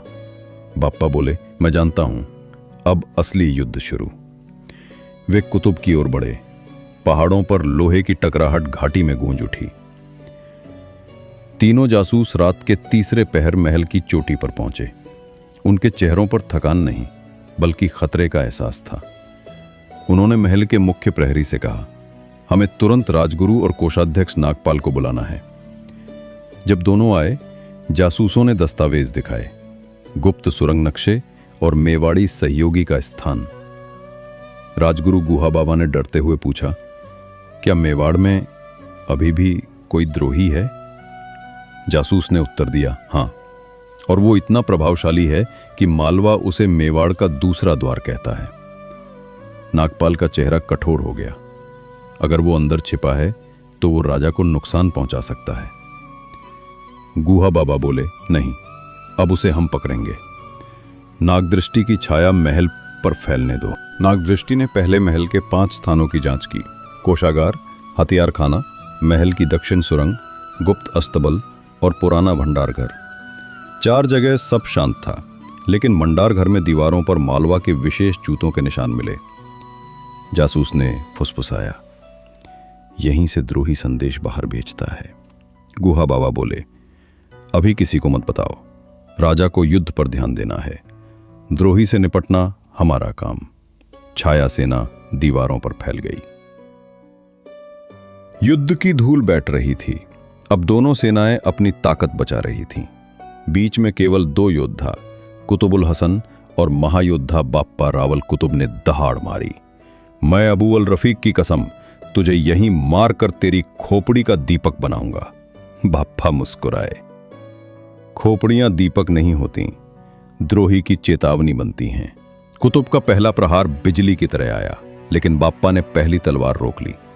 दूसरी तलवार सीधे उनके कंधे पर आई। उन्होंने ढाल से टाल दी। तीसरी तलवार घूमकर पीछे से आई और बाप्पा झुककर बच गए। बृहत्तर चिल्लाया, राजन, ये 3 कोणीय हमला किसी भी योद्धा को गिरा सकता है, बाप्पा रावल बोले। पर पर्वत का पुत्र न 3 तलवारों से गिरता है न तूफानों से। फिर उन्होंने ऐसा प्रहार किया कि कुतुब की एक तलवार हवा में उछलकर गहरी चट्टान में जा धंसी। ये पहली बार था जब कुतुब का चेहरा डर से भर गया। रात उतर चुकी थी, लेकिन मेवाड़ की धरती पर आज नींद किसी को नहीं आने वाली थी। पहाड़ी पर युद्ध, महल में छाया और हवा में फैलती साजिश की गंध, सब ये बता रहे थे कि आज का अध्याय मेवाड़ के भाग्य को मोड़ने वाला है। कुतुब की एक तलवार बाप्पा रावल ने तोड़ दी थी, पर बाकी 2 तलवारें अब और भी भयंकर हो गईं। कुतुब ने युद्ध का अपना सबसे भयावह रूप धारण किया। आंखों में रक्त की चमक, श्वास में घृणा और तलवारों में तूफान। वो चिल्लाया, रावल, अब 3 नहीं 2 तलवारें ही तेरी मौत के लिए काफी हैं। उसका हमला इस बार सीधा नहीं, झटकों और घुमावों से भरा था। पहाड़ भी उसकी गति पकड़ नहीं पा रहा था। बृहत्तर चिंतित हो उठा। राजन, इस आदमी की चालें मनुष्य की नहीं लगती। बाप्पा शांत बोले, जो भाव से लड़े वो योद्धा होता है, जो घृणा से लड़े वो हार का पात्र। और बाप्पा आगे बढ़े। कुतुब का वार आया। हवा चीरी, धूल उड़ी, लोहे की आवाज गूंजी। लेकिन इस बार बाप्पा ने अपना सबसे खतरनाक हथियार चलाया, लौह वज्र प्रहार। उनकी तलवार कुतुब की दूसरी तलवार पर ऐसी गिरी कि पूरी घाटी गूंज उठी। कुतुब की दूसरी तलवार भी टूटकर धरती पर गिर गई। कुतुब अब केवल एक तलवार पर था, लेकिन उसकी आंखों में डर और गुस्सा दोनों एक साथ उभर रहे थे। नागदृष्टि की छाया सेना महल के पीछे के हिस्से में भंडारघर की जांच कर रही थी। दीवार की दरारों में एक पतली सी रस्सी छिपी थी। जासूस ने कहा, यह बाहर की ओर जाती है और इसे खींचकर अंदर कोई संदेश लटका सकता है। राजगुरु गुहा बाबा ने दीवार को पास से देखा। उनकी आंखों में भारी चिंता उतर आई। यह निर्माण बहुत पुराने समय का है, शायद राज परिवार के सबसे निजी हिस्से से जुड़ा। नागपाल ने कहा, मतलब द्रोही यहां कभी भी आ सकता है? जासूस बोला, नहीं, वो आता है, पर शाम और भोर के बीच। गुहा बाबा बोले, तो आज रात उसे यहीं पकड़ेंगे। जरूरत पड़े तो छाया बनकर उससे पहले पहुंचेंगे। महल की दीवारें अब चुपचाप युद्ध का नया मैदान बन चुकी थीं। जब सारे जासूस सुराग ढूंढ रहे थे, तभी एक कोने में एक छोटी चमक दिखाई दी। जासूस ने उठाया।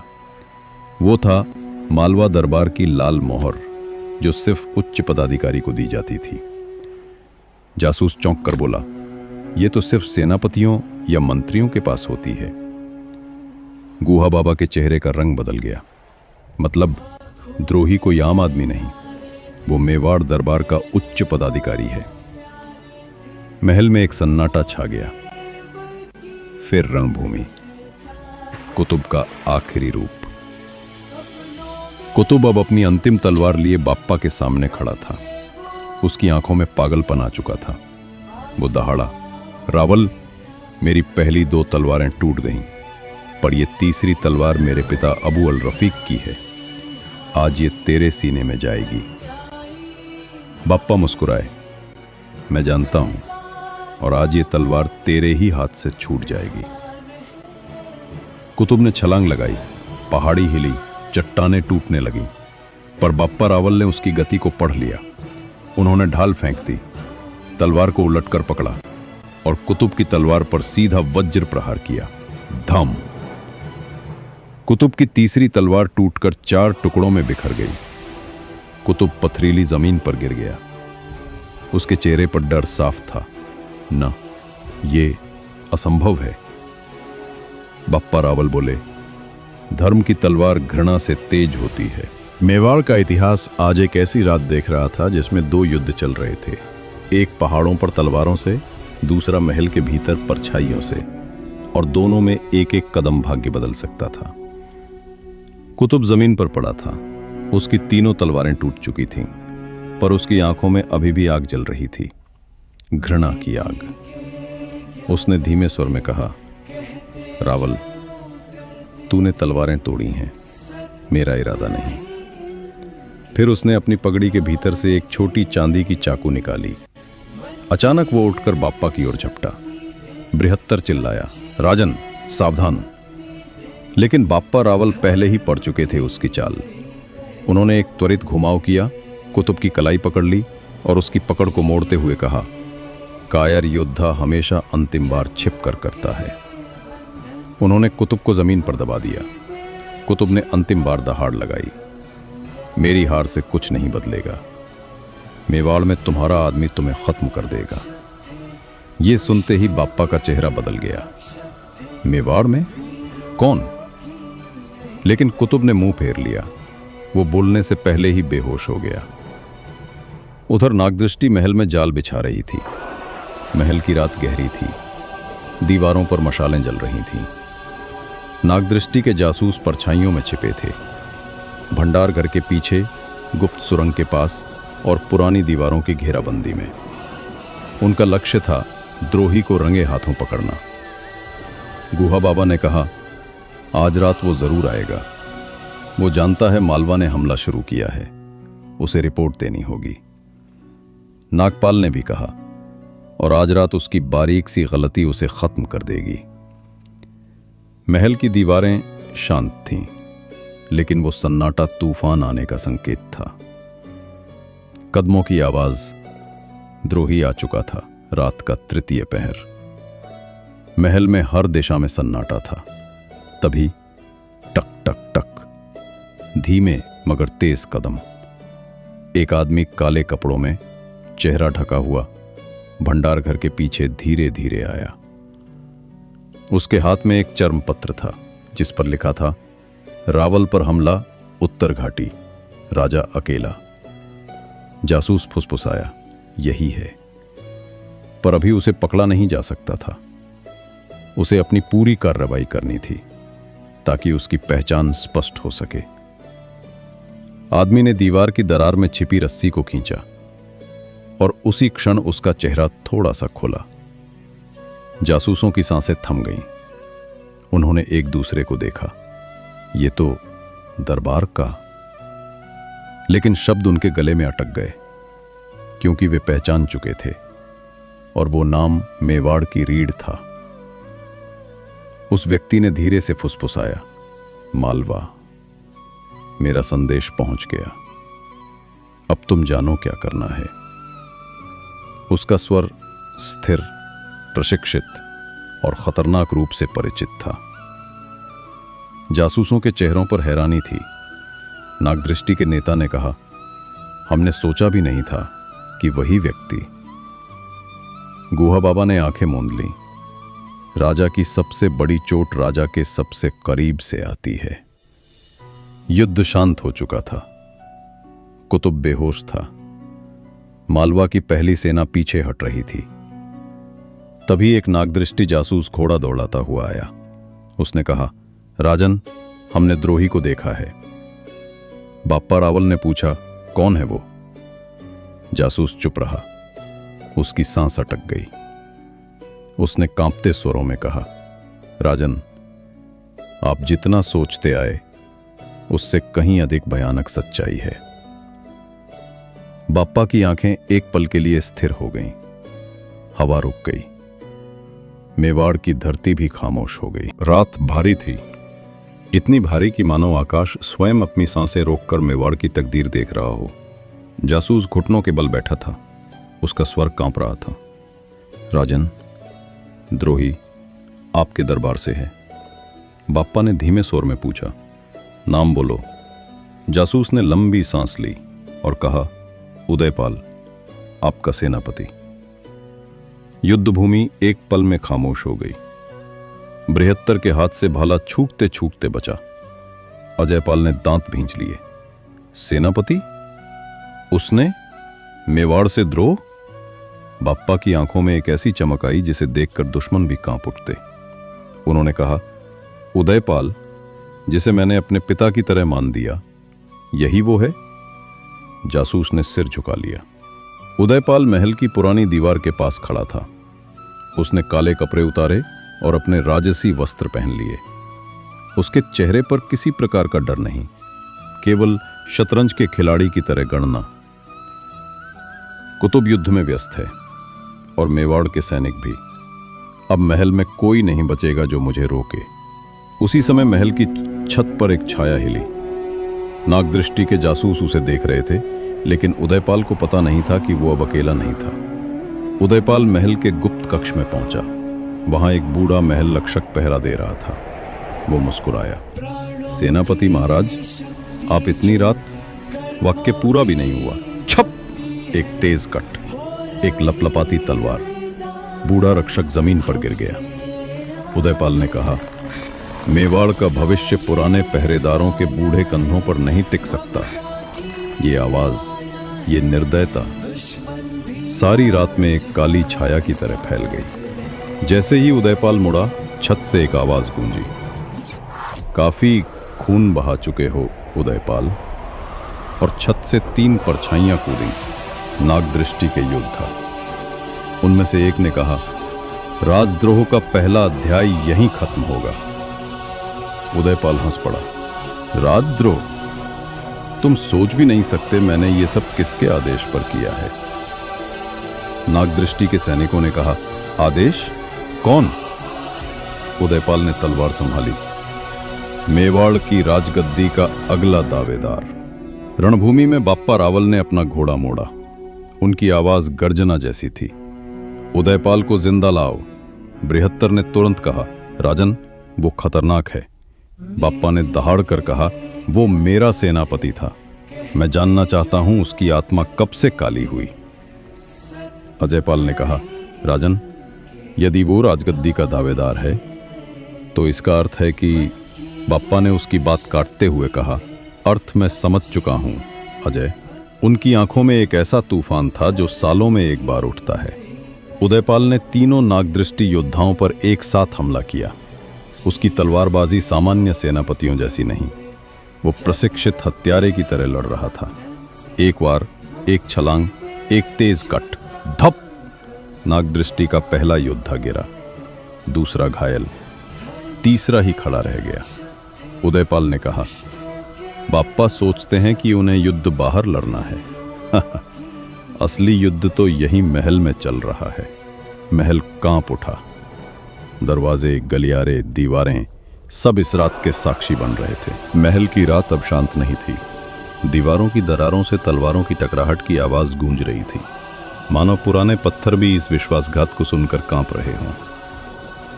2 नागदृष्टि योद्धा गिर चुके थे।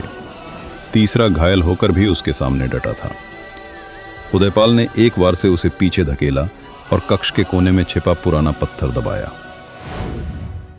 गुर्र गुर्र पत्थरों की आवाज गूंजी और फर्श के नीचे से एक काली सुरंग खुल गई। नागदृष्टि का योद्धा चिल्लाया, भाग मत उदयपाल, अपने कर्मों का हिसाब दो। उदयपाल हंस पड़ा। मेवाड़ का भविष्य किसी कीड़े से नहीं रुकता। वो सुरंग में कूद गया और अंधेरा उसे निगल गया। घायल नागदृष्टि योद्धा गिरे हुए बूढ़े महल रक्षक के पास पहुंचा। रक्षक थोड़ी जान से बचा था। उसने कांपते हुए कहा, लड़के, उसे रोकना, वरना। उसने खून उगलते हुए दीवार पर उंगली से एक निशान बनाया, एक सूरज का चिन्ह जिसमें तलवार चुभी हुई। नागदृष्टि योद्धा चौंक पड़ा। यह चिन्ह मेवाड़ के इतिहास में सिर्फ एक जगह मिलता था, राज्य उखाड़ योजना, जिसे केवल राजघरानों के गद्दारों को पता होता था। उदयपाल सिर्फ विश्वासघात नहीं कर रहा था, वो राजवंश मिटाने आया था। घोड़े की टापें बादलों की गर्जना जैसी थीं। बाप्पा रावल कंधों पर मेवाड़ की ज्वाला लिए महल की ओर लौट रहे थे। बृहत्तर ने पूछा, राजन, आपने युद्ध अधूरा छोड़ा, कुतुब अभी भी सामने है। बाप्पा ने तलवार कसते हुए कहा, कुतुब मुझे रोक सकता यदि उसके सामने मेरा अपना द्रोह न खड़ा होता। मेरी प्रजा महल से शुरू होती है, पहले उसे बचाना है। अजयपाल ने कहा, राजन, ये रात, युद्ध, महल, विश्वासघात सब एक साथ आकर खतरा बना रहे हैं। बाप्पा ने ठंडी आवाज में कहा, अजय, जहां संकट बढ़ता है वहीं राजा खड़ा होता है। उनकी तलवार चमकी, जैसे आकाश में बिजली दो भागों में विभाजित हो जाए। उदयपाल सुरंग के अंदर तेजी से दौड़ रहा था। ये वही सुरंग थी जिसे सिर्फ मेवाड़ के दो लोग जानते थे, पुराना सेनापति और राजघराने का वारिस, क्योंकि ये सुरंग सीधे राजकोष तक जाती थी। लेकिन उदयपाल राजकोष के लिए नहीं जा रहा था। उसका लक्ष्य था एक बंद कक्ष, जहां मेवाड़ के राज सिंहासन से जुड़ा सबसे पुराना रहस्य छिपा था। एक पत्थर का दरवाजा, उस पर उकेरा हुआ, जिसका रक्त सूर्यवंशी नहीं, वो यहां प्रवेश न करे। उदयपाल मुस्कुराया। सूर्यवंशी? कौन कहता है कि मैं नहीं हूं? उसने अपनी कलाई पर बंधी सोने की पट्टी खोली, जो असल में एक पुराना राजसी चिन्ह था। उस पर लिखा था विक्रम द्वितीय, अर्थात वो प्राचीन सूर्यवंशी वंश की दूसरी शाखा का वंशज था, जिसे इतिहास ने मिटा दिया, मान लिया था। महल के मुख्य फाटक खोल दिए गए। बाप्पा कदम रखे और हवा बदल गई। महल का हर पत्थर जैसे अपनी व्यथा कहने लगा। सैनिक उनके पीछे दौड़े, लेकिन उन्होंने हाथ उठाकर कहा, यह युद्ध मेरे और मेरे द्रोही के बीच है, पीछे रहो। उनकी आंखें तलवार जैसी पैनी थीं। उनमें एक राजा का क्रोध और पिता का दुख दोनों जल रहे थे। उदयपाल सुरंग के अंत में खड़ा था। अंधेरे में उसकी हंसी गूंज रही थी और ऊपर महल की सीढ़ियों पर बाप्पा रावल की भारी पदचाप। दो दिशाएं, दो रास्ते, और इन दोनों के बीच राज्य की तकदीर। सुरंग की हवा अब साधारण हवा नहीं थी। वो इतिहास के पन्नों से निकली एक प्राचीन सांस बन चुकी थी। दीवारों पर पुराने राजवंश की लपटें उकेरी थीं, जो मशाल की रोशनी में किसी जीवित दानव की तरह हिल रही थीं। उदयपाल धूल से भरे उस कक्ष के सामने खड़ा था, जहां सदियों से एक रहस्य छिपा था। उसने हाथों से पत्थर का द्वार धकेला। दरवाजा गर्जना के साथ खुला और भीतर एक विशाल गुंबदनुमा कक्ष चमक उठा। दीवारों पर सूर्यवंशी वंश के सम्राटों के चित्र थे, कुछ इतिहास में दर्ज, कुछ पूरी तरह गुमनाम। बीच में एक शिलालेख रखा था, जिस पर लिखा था, सिंहासन उन्हीं का है जो सूर्य की पहली शाखा से जन्मे। उदयपाल ने शिलालेख को छूते हुए कहा, इसीलिए मुझे खतरा बना दिया, क्योंकि मैं विक्रम द्वितीय की संतान हूं, दूसरी सूर्यवंशी शाखा। उसकी आवाज में दर्द और जलन दोनों थे, लेकिन उसी क्षण कक्ष में गूंजता है एक भारी स्वर, शाखाएं पेड़ से बड़ी नहीं होती। उदयपाल ने मुड़कर देखा। अंधेरे में एक आकृति धीरे धीरे उतरी। मशाल की लौ ने उसकी आंखों में एक लौ, एक तूफान और एक निर्णय दिखाया। बाप्पा रावल। उनकी आवाज पत्थर की दीवारों पर गूंजी। तुम्हारा राजवंश होना तुम्हारे द्रोह को पवित्र नहीं करता उदयपाल। उदयपाल ने तलवार निकाली। मैंने तुम्हें सालों तक संभाला राजा, तुम्हारे पिता का सेनापति था मैं। बाप्पा शांत स्वर में बोले, इसलिए तुम्हारा अपराध और भी बड़ा है। उदयपाल ने व्यंग्य से कहा, क्यों? क्योंकि सिंहासन तुम्हारे हिस्से में आया? बाप्पा एक कदम आगे बढ़े। सिंहासन रक्त से नहीं, कर्तव्य से मिलता है। उदयपाल हंसकर बोला, कर्तव्य? तुम्हें मालूम है कि मेवाड़ का असली वारिस विक्रम द्वितीय का वंशज है, और वो मैं हूं। बाप्पा की आंखें संकरी हुईं। वंश का दावा लड़ाई से नहीं मिलता, जिम्मेदारी से मिलता है। और तुमने जो पहला काम किया, वो था मेवाड़ के रक्षकों की हत्या। दोनों के बीच हवा खून की तस्वीर बन चुकी थी। उदयपाल गरजा, आज मैं तुम्हें दिखाता हूं सूर्यवंशी की दूसरी शाखा की शक्ति। वो बिजली की तरह झपटा। तलवार के वार से पत्थर चटक उठा। बाप्पा ने एक ही मूव में उसका वार रोका और उसकी तलवार दीवार में धंस गई। बाप्पा ने कहा, यह ताकत नहीं, उन्माद है। उन्होंने उदयपाल को धक्का दिया। उदयपाल जमीन पर गिरा, लेकिन तुरंत उठ गया। राजा बनने के लिए उन्माद चाहिए बाप्पा। बाप्पा बोले, राजा बनने के लिए धर्म चाहिए। एक क्षण, दो तलवारें, एक महाकाव्य टकराव। दोनों की तलवारें टकराईं। और चमक उठी जैसे कोई तारा फट रहा हो। एक बार बाप्पा का, जिसने हवा चीर दी, एक बार उदयपाल का, जिसने मशाल बुझा दी। अंधेरा छा गया, केवल तलवारों की आग जैसी आवाजें। उदयपाल की सांसें भारी, बाप्पा की चाल शांत, नियंत्रित। उदयपाल ने चीख कर कहा, तुमने मुझे उम्र भर छाया में रखा, आज मैं तुम्हारे सामने अपनी किस्मत लिखूंगा। बाप्पा गरजे, छाया में वही रहता है जिसे स्वयं प्रकाश से डर हो।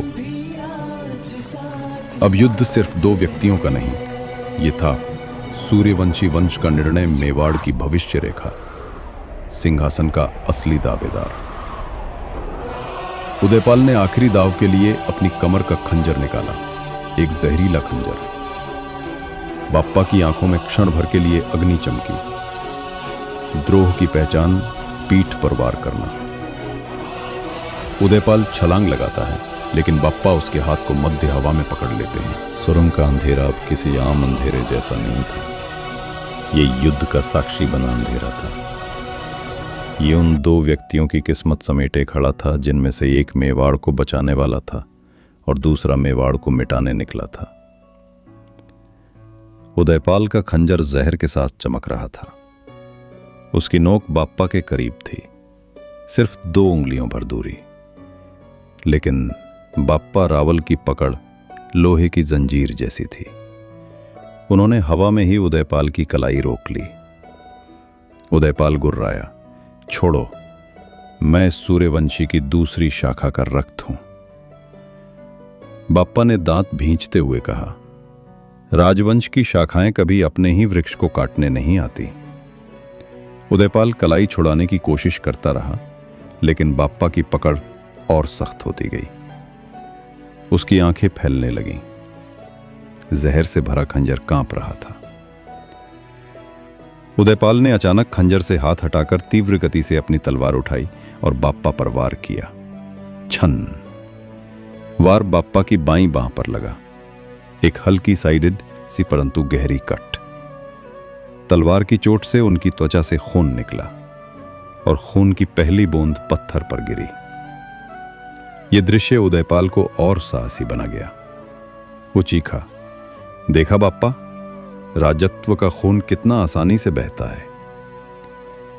बाप्पा ने कट को देखा और फिर शांत आवाज में बोले, मेरे खून की बूंद गिरी है, अब तुम्हारे द्रोह की नसें जलेंगी। उनकी तलवार उठी, लेकिन बिना घबराहट, बिना उन्माद, एक राजा की तरह। दोनों लड़ने लगे। तलवारों की टकराहट पत्थरों को चटकाती जा रही थी, लेकिन तभी कुछ अनोखा हुआ। बाप्पा की तलवार हल्की सी सोने जैसी चमकने लगी। पहले मंद प्रकाश, फिर एक हल्की किरण, फिर एक स्थिर आभा, जैसे तलवार नहीं, स्वयं सूर्य की किरण उनके हाथ में उतर आई हो। उदयपाल सिहर गया। ये क्या है? बाप्पा ने आश्चर्य से अपनी तलवार देखी, लेकिन उनके चेहरे पर एक विश्वास की छाया थी। उन्हें गुरु हरिहर की बात याद आई, जिस दिन संकट तेरे सिंहासन की जड़ तक पहुंच जाएगा, सूर्य तुझे पहचान लेगा। क्या यह वही क्षण था? क्या यह दिव्य मान्यता थी? तलवार की आभा पूरी सुरंग में फैल गई। उदयपाल पीछे हट गया। उसकी आंखें भय से फैल गईं। रोक दो ये प्रकाश, ये मेरे खिलाफ क्यों है? बाप्पा की आवाज पहले से अधिक भारी, पहले से अधिक दिव्य थी। सूर्यवंशी होने का दावा सूर्य स्वयं परखेगा। उन्होंने एक बार किया और उदयपाल की तलवार हाथ से छूटकर दूर जा गिरी। उदयपाल लड़खड़ाते हुए बोला, नहीं, मैं असली वारिस हूं, मैं। बाप्पा धीरे धीरे आगे बढ़े। सुरंग अब पूरी तरह सूर्य ज्योति से नहाई थी। बाप्पा ने तलवार उदयपाल के गले से सिर्फ 1 इंच दूर रोककर कहा, मुझे सिंहासन का मोह नहीं, लेकिन जो इसके लिए मेवाड़ का खून बहाएगा, उसकी आखिरी सांस मेरे सामने निकलेगी। उदयपाल का चेहरा अब घमंड से खाली था, सिर्फ भय बचा था। उसने कांपते हुए कहा, मार डालो, पर याद रखना मैं अकेला नहीं। बाप्पा की आंखें एक पल के लिए संकुचित हुईं। और कौन है? उदयपाल ने जवाब दिया, जिसने मुझे भेजा है वो महल के भीतर ही है। उदयपाल की ट्रेम्बलिंग वॉइस, कांपती हुई आवाज सुरंग की दीवारों से टकराकर और भी भयावह हो गई। जिसने मुझे भेजा है वो महल के भीतर ही है। इन शब्दों ने सुरंग की हवा को भी थाम लिया। पल भर को सब कुछ ठहर गया, सिर्फ बाप्पा रावल की सांसें और उनके चारों तरफ मंडराती सूर्य ज्योति की हल्की आभा जीवित रह गई। बाप्पा नहीं, वो कोई सामान्य व्यक्ति नहीं है। वो महल की नसों पर बैठा सर्प है। बाप्पा की तलवार जरा सी और आगे बढ़ी। कौन? उदयपाल की आवाज टूटी। वो तुम्हारे सबसे करीब है। इससे पहले कि बाप्पा और कुछ पूछ पाते, सुरंग की धरती हिलने लगी। ऊपर कहीं से पत्थर टूटे, धूल गिरने लगी। राजगुरु सोमदेव ने दूर से आवाज लगाई, महाराज, सुरंग गिर रही है, तुरंत बाहर आइए। उदयपाल बाप्पा की तलवार के नीचे घुटनों के बल गिर गया। मैंने सब बता दिया। अब तुम मुझे मारोगे या बचाओगे, ये तुम्हारी इच्छा है। बाप्पा ने तलवार नीचे कर ली, लेकिन चेहरा कठोर ही रहा। तू जिंदा रहेगा, लेकिन बंधी हुई बेड़ियों में। तेरी जुबान आज नहीं खुलेगी तो कल खुलेगी। उन्होंने हाथ बढ़ाकर उसे बांह से पकड़ लिया और सुरंग के बाहर खींचने लगे। पीछे पत्थरों की गड़गड़ाहट बढ़ रही थी। जब बाप्पा सुरंग से बाहर आए, पहली सूर्य किरण ने उनके चेहरे पर रोशनी डाली, लेकिन उनके भीतर सूरज नहीं, सिर्फ एक गहरा साया जन्म ले चुका था। महल के भीतर द्रोह का सबसे बड़ा स्रोत, और वो कोई ऐसा था जो उनके करीब था। ये शब्द तलवार की चोट से भी गहरे उतर गए। रणवीर ने पूछा, महाराज, ये कौन हो सकता है? बाप्पा ने शांत रहकर कहा, जिसे मैं सबसे कम शक करूं, शायद वही। राजगुरु ने गंभीर आवाज में कहा, महाराज, ये संकेत है कि राजगद्दी तक पहुंचने से पहले आपको अपने ही लोगों के बीच छिपे सर्प को पहचानना होगा। जैसे ही बाप्पा थोड़ा आगे चले, अचानक उनका कदम रुक गया। उनकी तलवार जो सुरंग में चमकी थी, अब भी हल्की आभा दे रही थी। राजगुरु ने विस्मय में कहा, यह प्रकाश बुझा क्यों नहीं? बाप्पा ने तलवार पकड़कर धीरे से कहा, क्योंकि ये अब तक खतरा मिटा नहीं है। तलवार की सुनहरी रेखा मानो दिशा दिखा रही थी, महल की ओर, जैसे तलवार कह रही हो, जिस सर्प ने ये सब रचा है वो महल के भीतर ही छिपा है। बाप्पा ने उदयपाल को पकड़वाया, लेकिन उनकी आंखें बिल्कुल शांत थीं, उस तूफान के जैसी शांति जो सबसे बड़ी तबाही से पहले आती है। अब युद्ध मैदान का नहीं, महल का शुरू होगा। वो जान चुके थे, उदयपाल सिर्फ एक मोहरा था, उसके पीछे कोई और था, कोई बड़ा, कोई चालाक, कोई जिस पर कालभोज का भरोसा था। और अब यही विश्वास उनका सबसे बड़ा हथियार और सबसे बड़ा घाव बनने वाला था। सुरंग की दीवारों पर अभी भी सूर्य ज्योति का हल्का कंपन था, लेकिन भीतर बाप्पा रावल का मन एक नए गहरे अंधेरे में उतर चुका था। उदयपाल की टूटती हुई आवाज अब भी हवा में गूंज रही थी, मैं अकेला नहीं। बाप्पा का हृदय एक क्षण के लिए भारी हो गया। युद्ध, राजगद्दी, ड्रोह, इन सब का सामना वो कर चुके थे, लेकिन महल के भीतर किसी का द्रोह, ये बात खतरे को सीधे सिंहासन के हृदय तक ले आती थी। उनकी आवाज अब तूफान से भी भारी थी। कौन है? नाम बोल उदयपाल। उदयपाल हल्की हंसी हंसा। वो हंसी अपराधियों जैसा गर्व लिए हुए थी। नाम जानने की जल्दी मत करो बाप्पा, वो हाँफते हुए बोला। उसका हाथ महल की हर दीवार में घुसा है, राजवाड़े के हर गलियारे में उसकी परछाई है। द्रोही का अंतिम पत्ता, छाया का स्वामी। उदयपाल के चेहरे पर अचानक एक विचित्र शांति उतर आई। वो धीरे बोला, उसे लोग छाया का स्वामी कहते हैं, बप्पा के भीतर एक तूफान सा दौड़ गया। वो कौन है? उदयपाल हंस पड़ा। नाम सुनोगे तो शायद यकीन ही न कर पाओ। उसकी सांसें तेज होने लगी, जख्म गहराता जा रहा था, लेकिन उसके शब्द अभी भी जहर की तरह निकल रहे थे। महल में हर राज तक उसकी पहुंच है। राजमहल का हर प्रहरी उसकी जेब में है।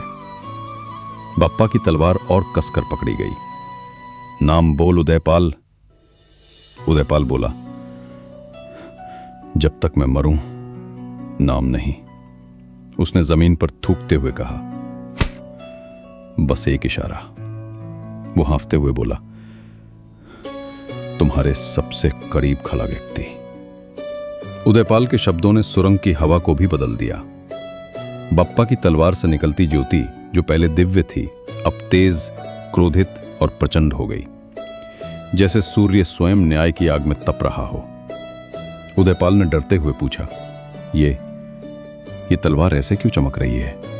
बप्पा ने उत्तर दिया, क्योंकि सत्य अब खून मांग रहा है। उदयपाल ने भागने की कोशिश की, लेकिन बप्पा रावल तीर की गति से आगे बढ़े। एक ही वार, सीधा, सटीक, न्याय से भरा। उदयपाल की चीख सुरंग की गहराई में खो गई।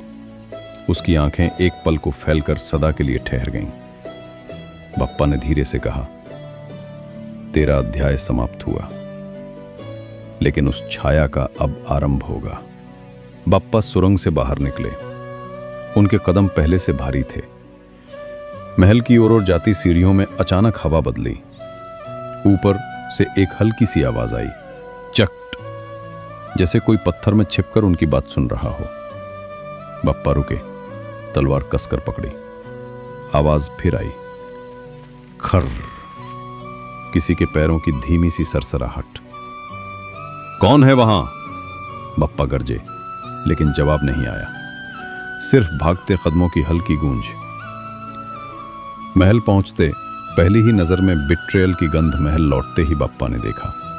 एक जना अचानक घबरा गया, अपना सिर झुकाकर पीछे हटने लगा। उसने बप्पा की तलवार पर लगी द्रोही की धूल देखी और उसके चेहरे का रंग उड़ गया। बप्पा की आंखें संकुचित हुईं। यह डर किस बात का है? प्रहरी? वो व्यक्ति झट से माथा टेक कर बोला, महाराज, महाराज, मैं तो बस। बप्पा ने शांत स्वर में कहा, डरो मत, अभी सवाल पूछ रहा हूं, फैसला नहीं सुना रहा। लेकिन भीतर उनकी धारणा साफ हो चुकी थी।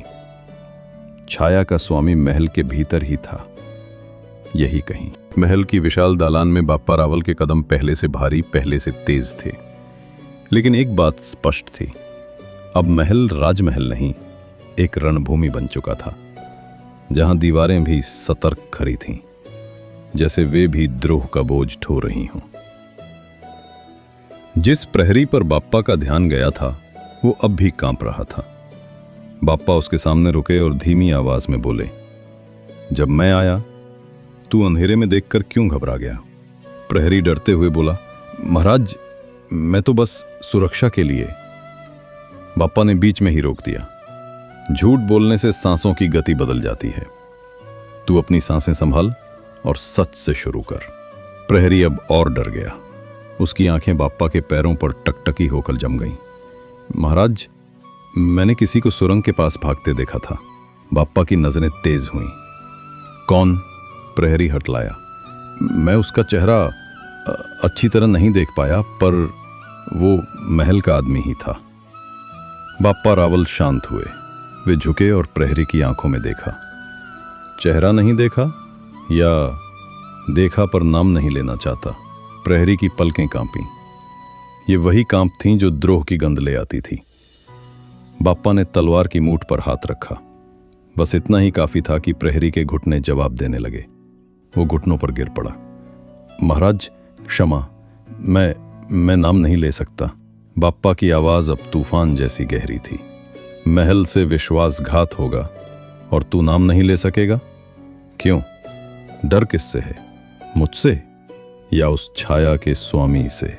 प्रहरी ने कांपते हुए कहा, वो आदमी बहुत बड़ा है महाराज, बहुत ताकतवर। प्रहरी ने कांपते हुए अपनी कमर से एक छोटी सी वस्तु निकाली, एक मुहर, सफेद रंग की।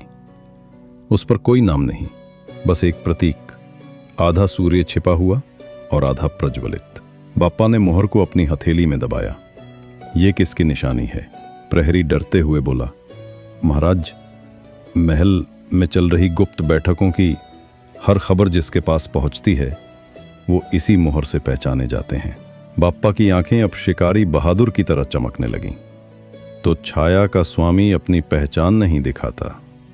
वे धीरे बोले, आधे सूर्य का चिन्ह सिर्फ वो लगाता है जो जिन्हें पूरा सूर्य चुभता हो। बाप्पा ने तेज सुर में आदेश दिया, सारे द्वार बंद कर दो, आज कोई बाहर नहीं जाएगा। महल में तुरही बज उठी। प्रहरी दौड़ पड़े। धम धम धम महल के विशाल द्वार बंद हुए। गूंज पूरे राजमहल में फैल गई। हर मंत्री, हर सेनापति, हर राजकीय अधिकारी चौंक गया। क्या हुआ? ये राजकीय आपातकाल का संकेत है। क्या शत्रु ने आक्रमण किया? लेकिन असली शत्रु बाहर नहीं, अंदर था। बाप्पा रावल महल के सभागृह में पहुंचे। उनकी तलवार अब भी हल्की ज्योति लिए हुए थी, जैसे सत्य की ओर इशारा कर रही हो। वे मध्य में खड़े हुए और बोले, आज इस महल में एक द्रोही छिपा है, जो राजवंश का नहीं, जो मेवाड़ का नहीं, जो अपने अस्तित्व का नहीं। सभा में सन्नाटा छा गया। उदयपाल मर चुका है, लेकिन उसके पीछे खड़ा छाया का स्वामी आज इस महल में कहीं है। सभी लोग एक दूसरे को देखने लगे। बाप्पा ने सभागृह के द्वारों की ओर इशारा किया, आज कोई नहीं जाएगा जब तक द्रोही सामने नहीं आता। उनकी तलवार उठी और उन्होंने धीरे कहा, मैंने अब तक सीमाओं के बाहर युद्ध किया है, अब महल के अंदर का युद्ध शुरू होता है। वीरों और इतिहास प्रेमियों, आज की कहानी यहीं रुकती है, लेकिन हाँ समाप्त नहीं होती। हम अगला भाग जल्द ही लेकर आएंगे। सुरंग के अंधेरे में एक द्रोही गिर चुका है, लेकिन उसकी आखिरी सांसों ने पूरे महल में एक नया तूफान छोड़ दिया है।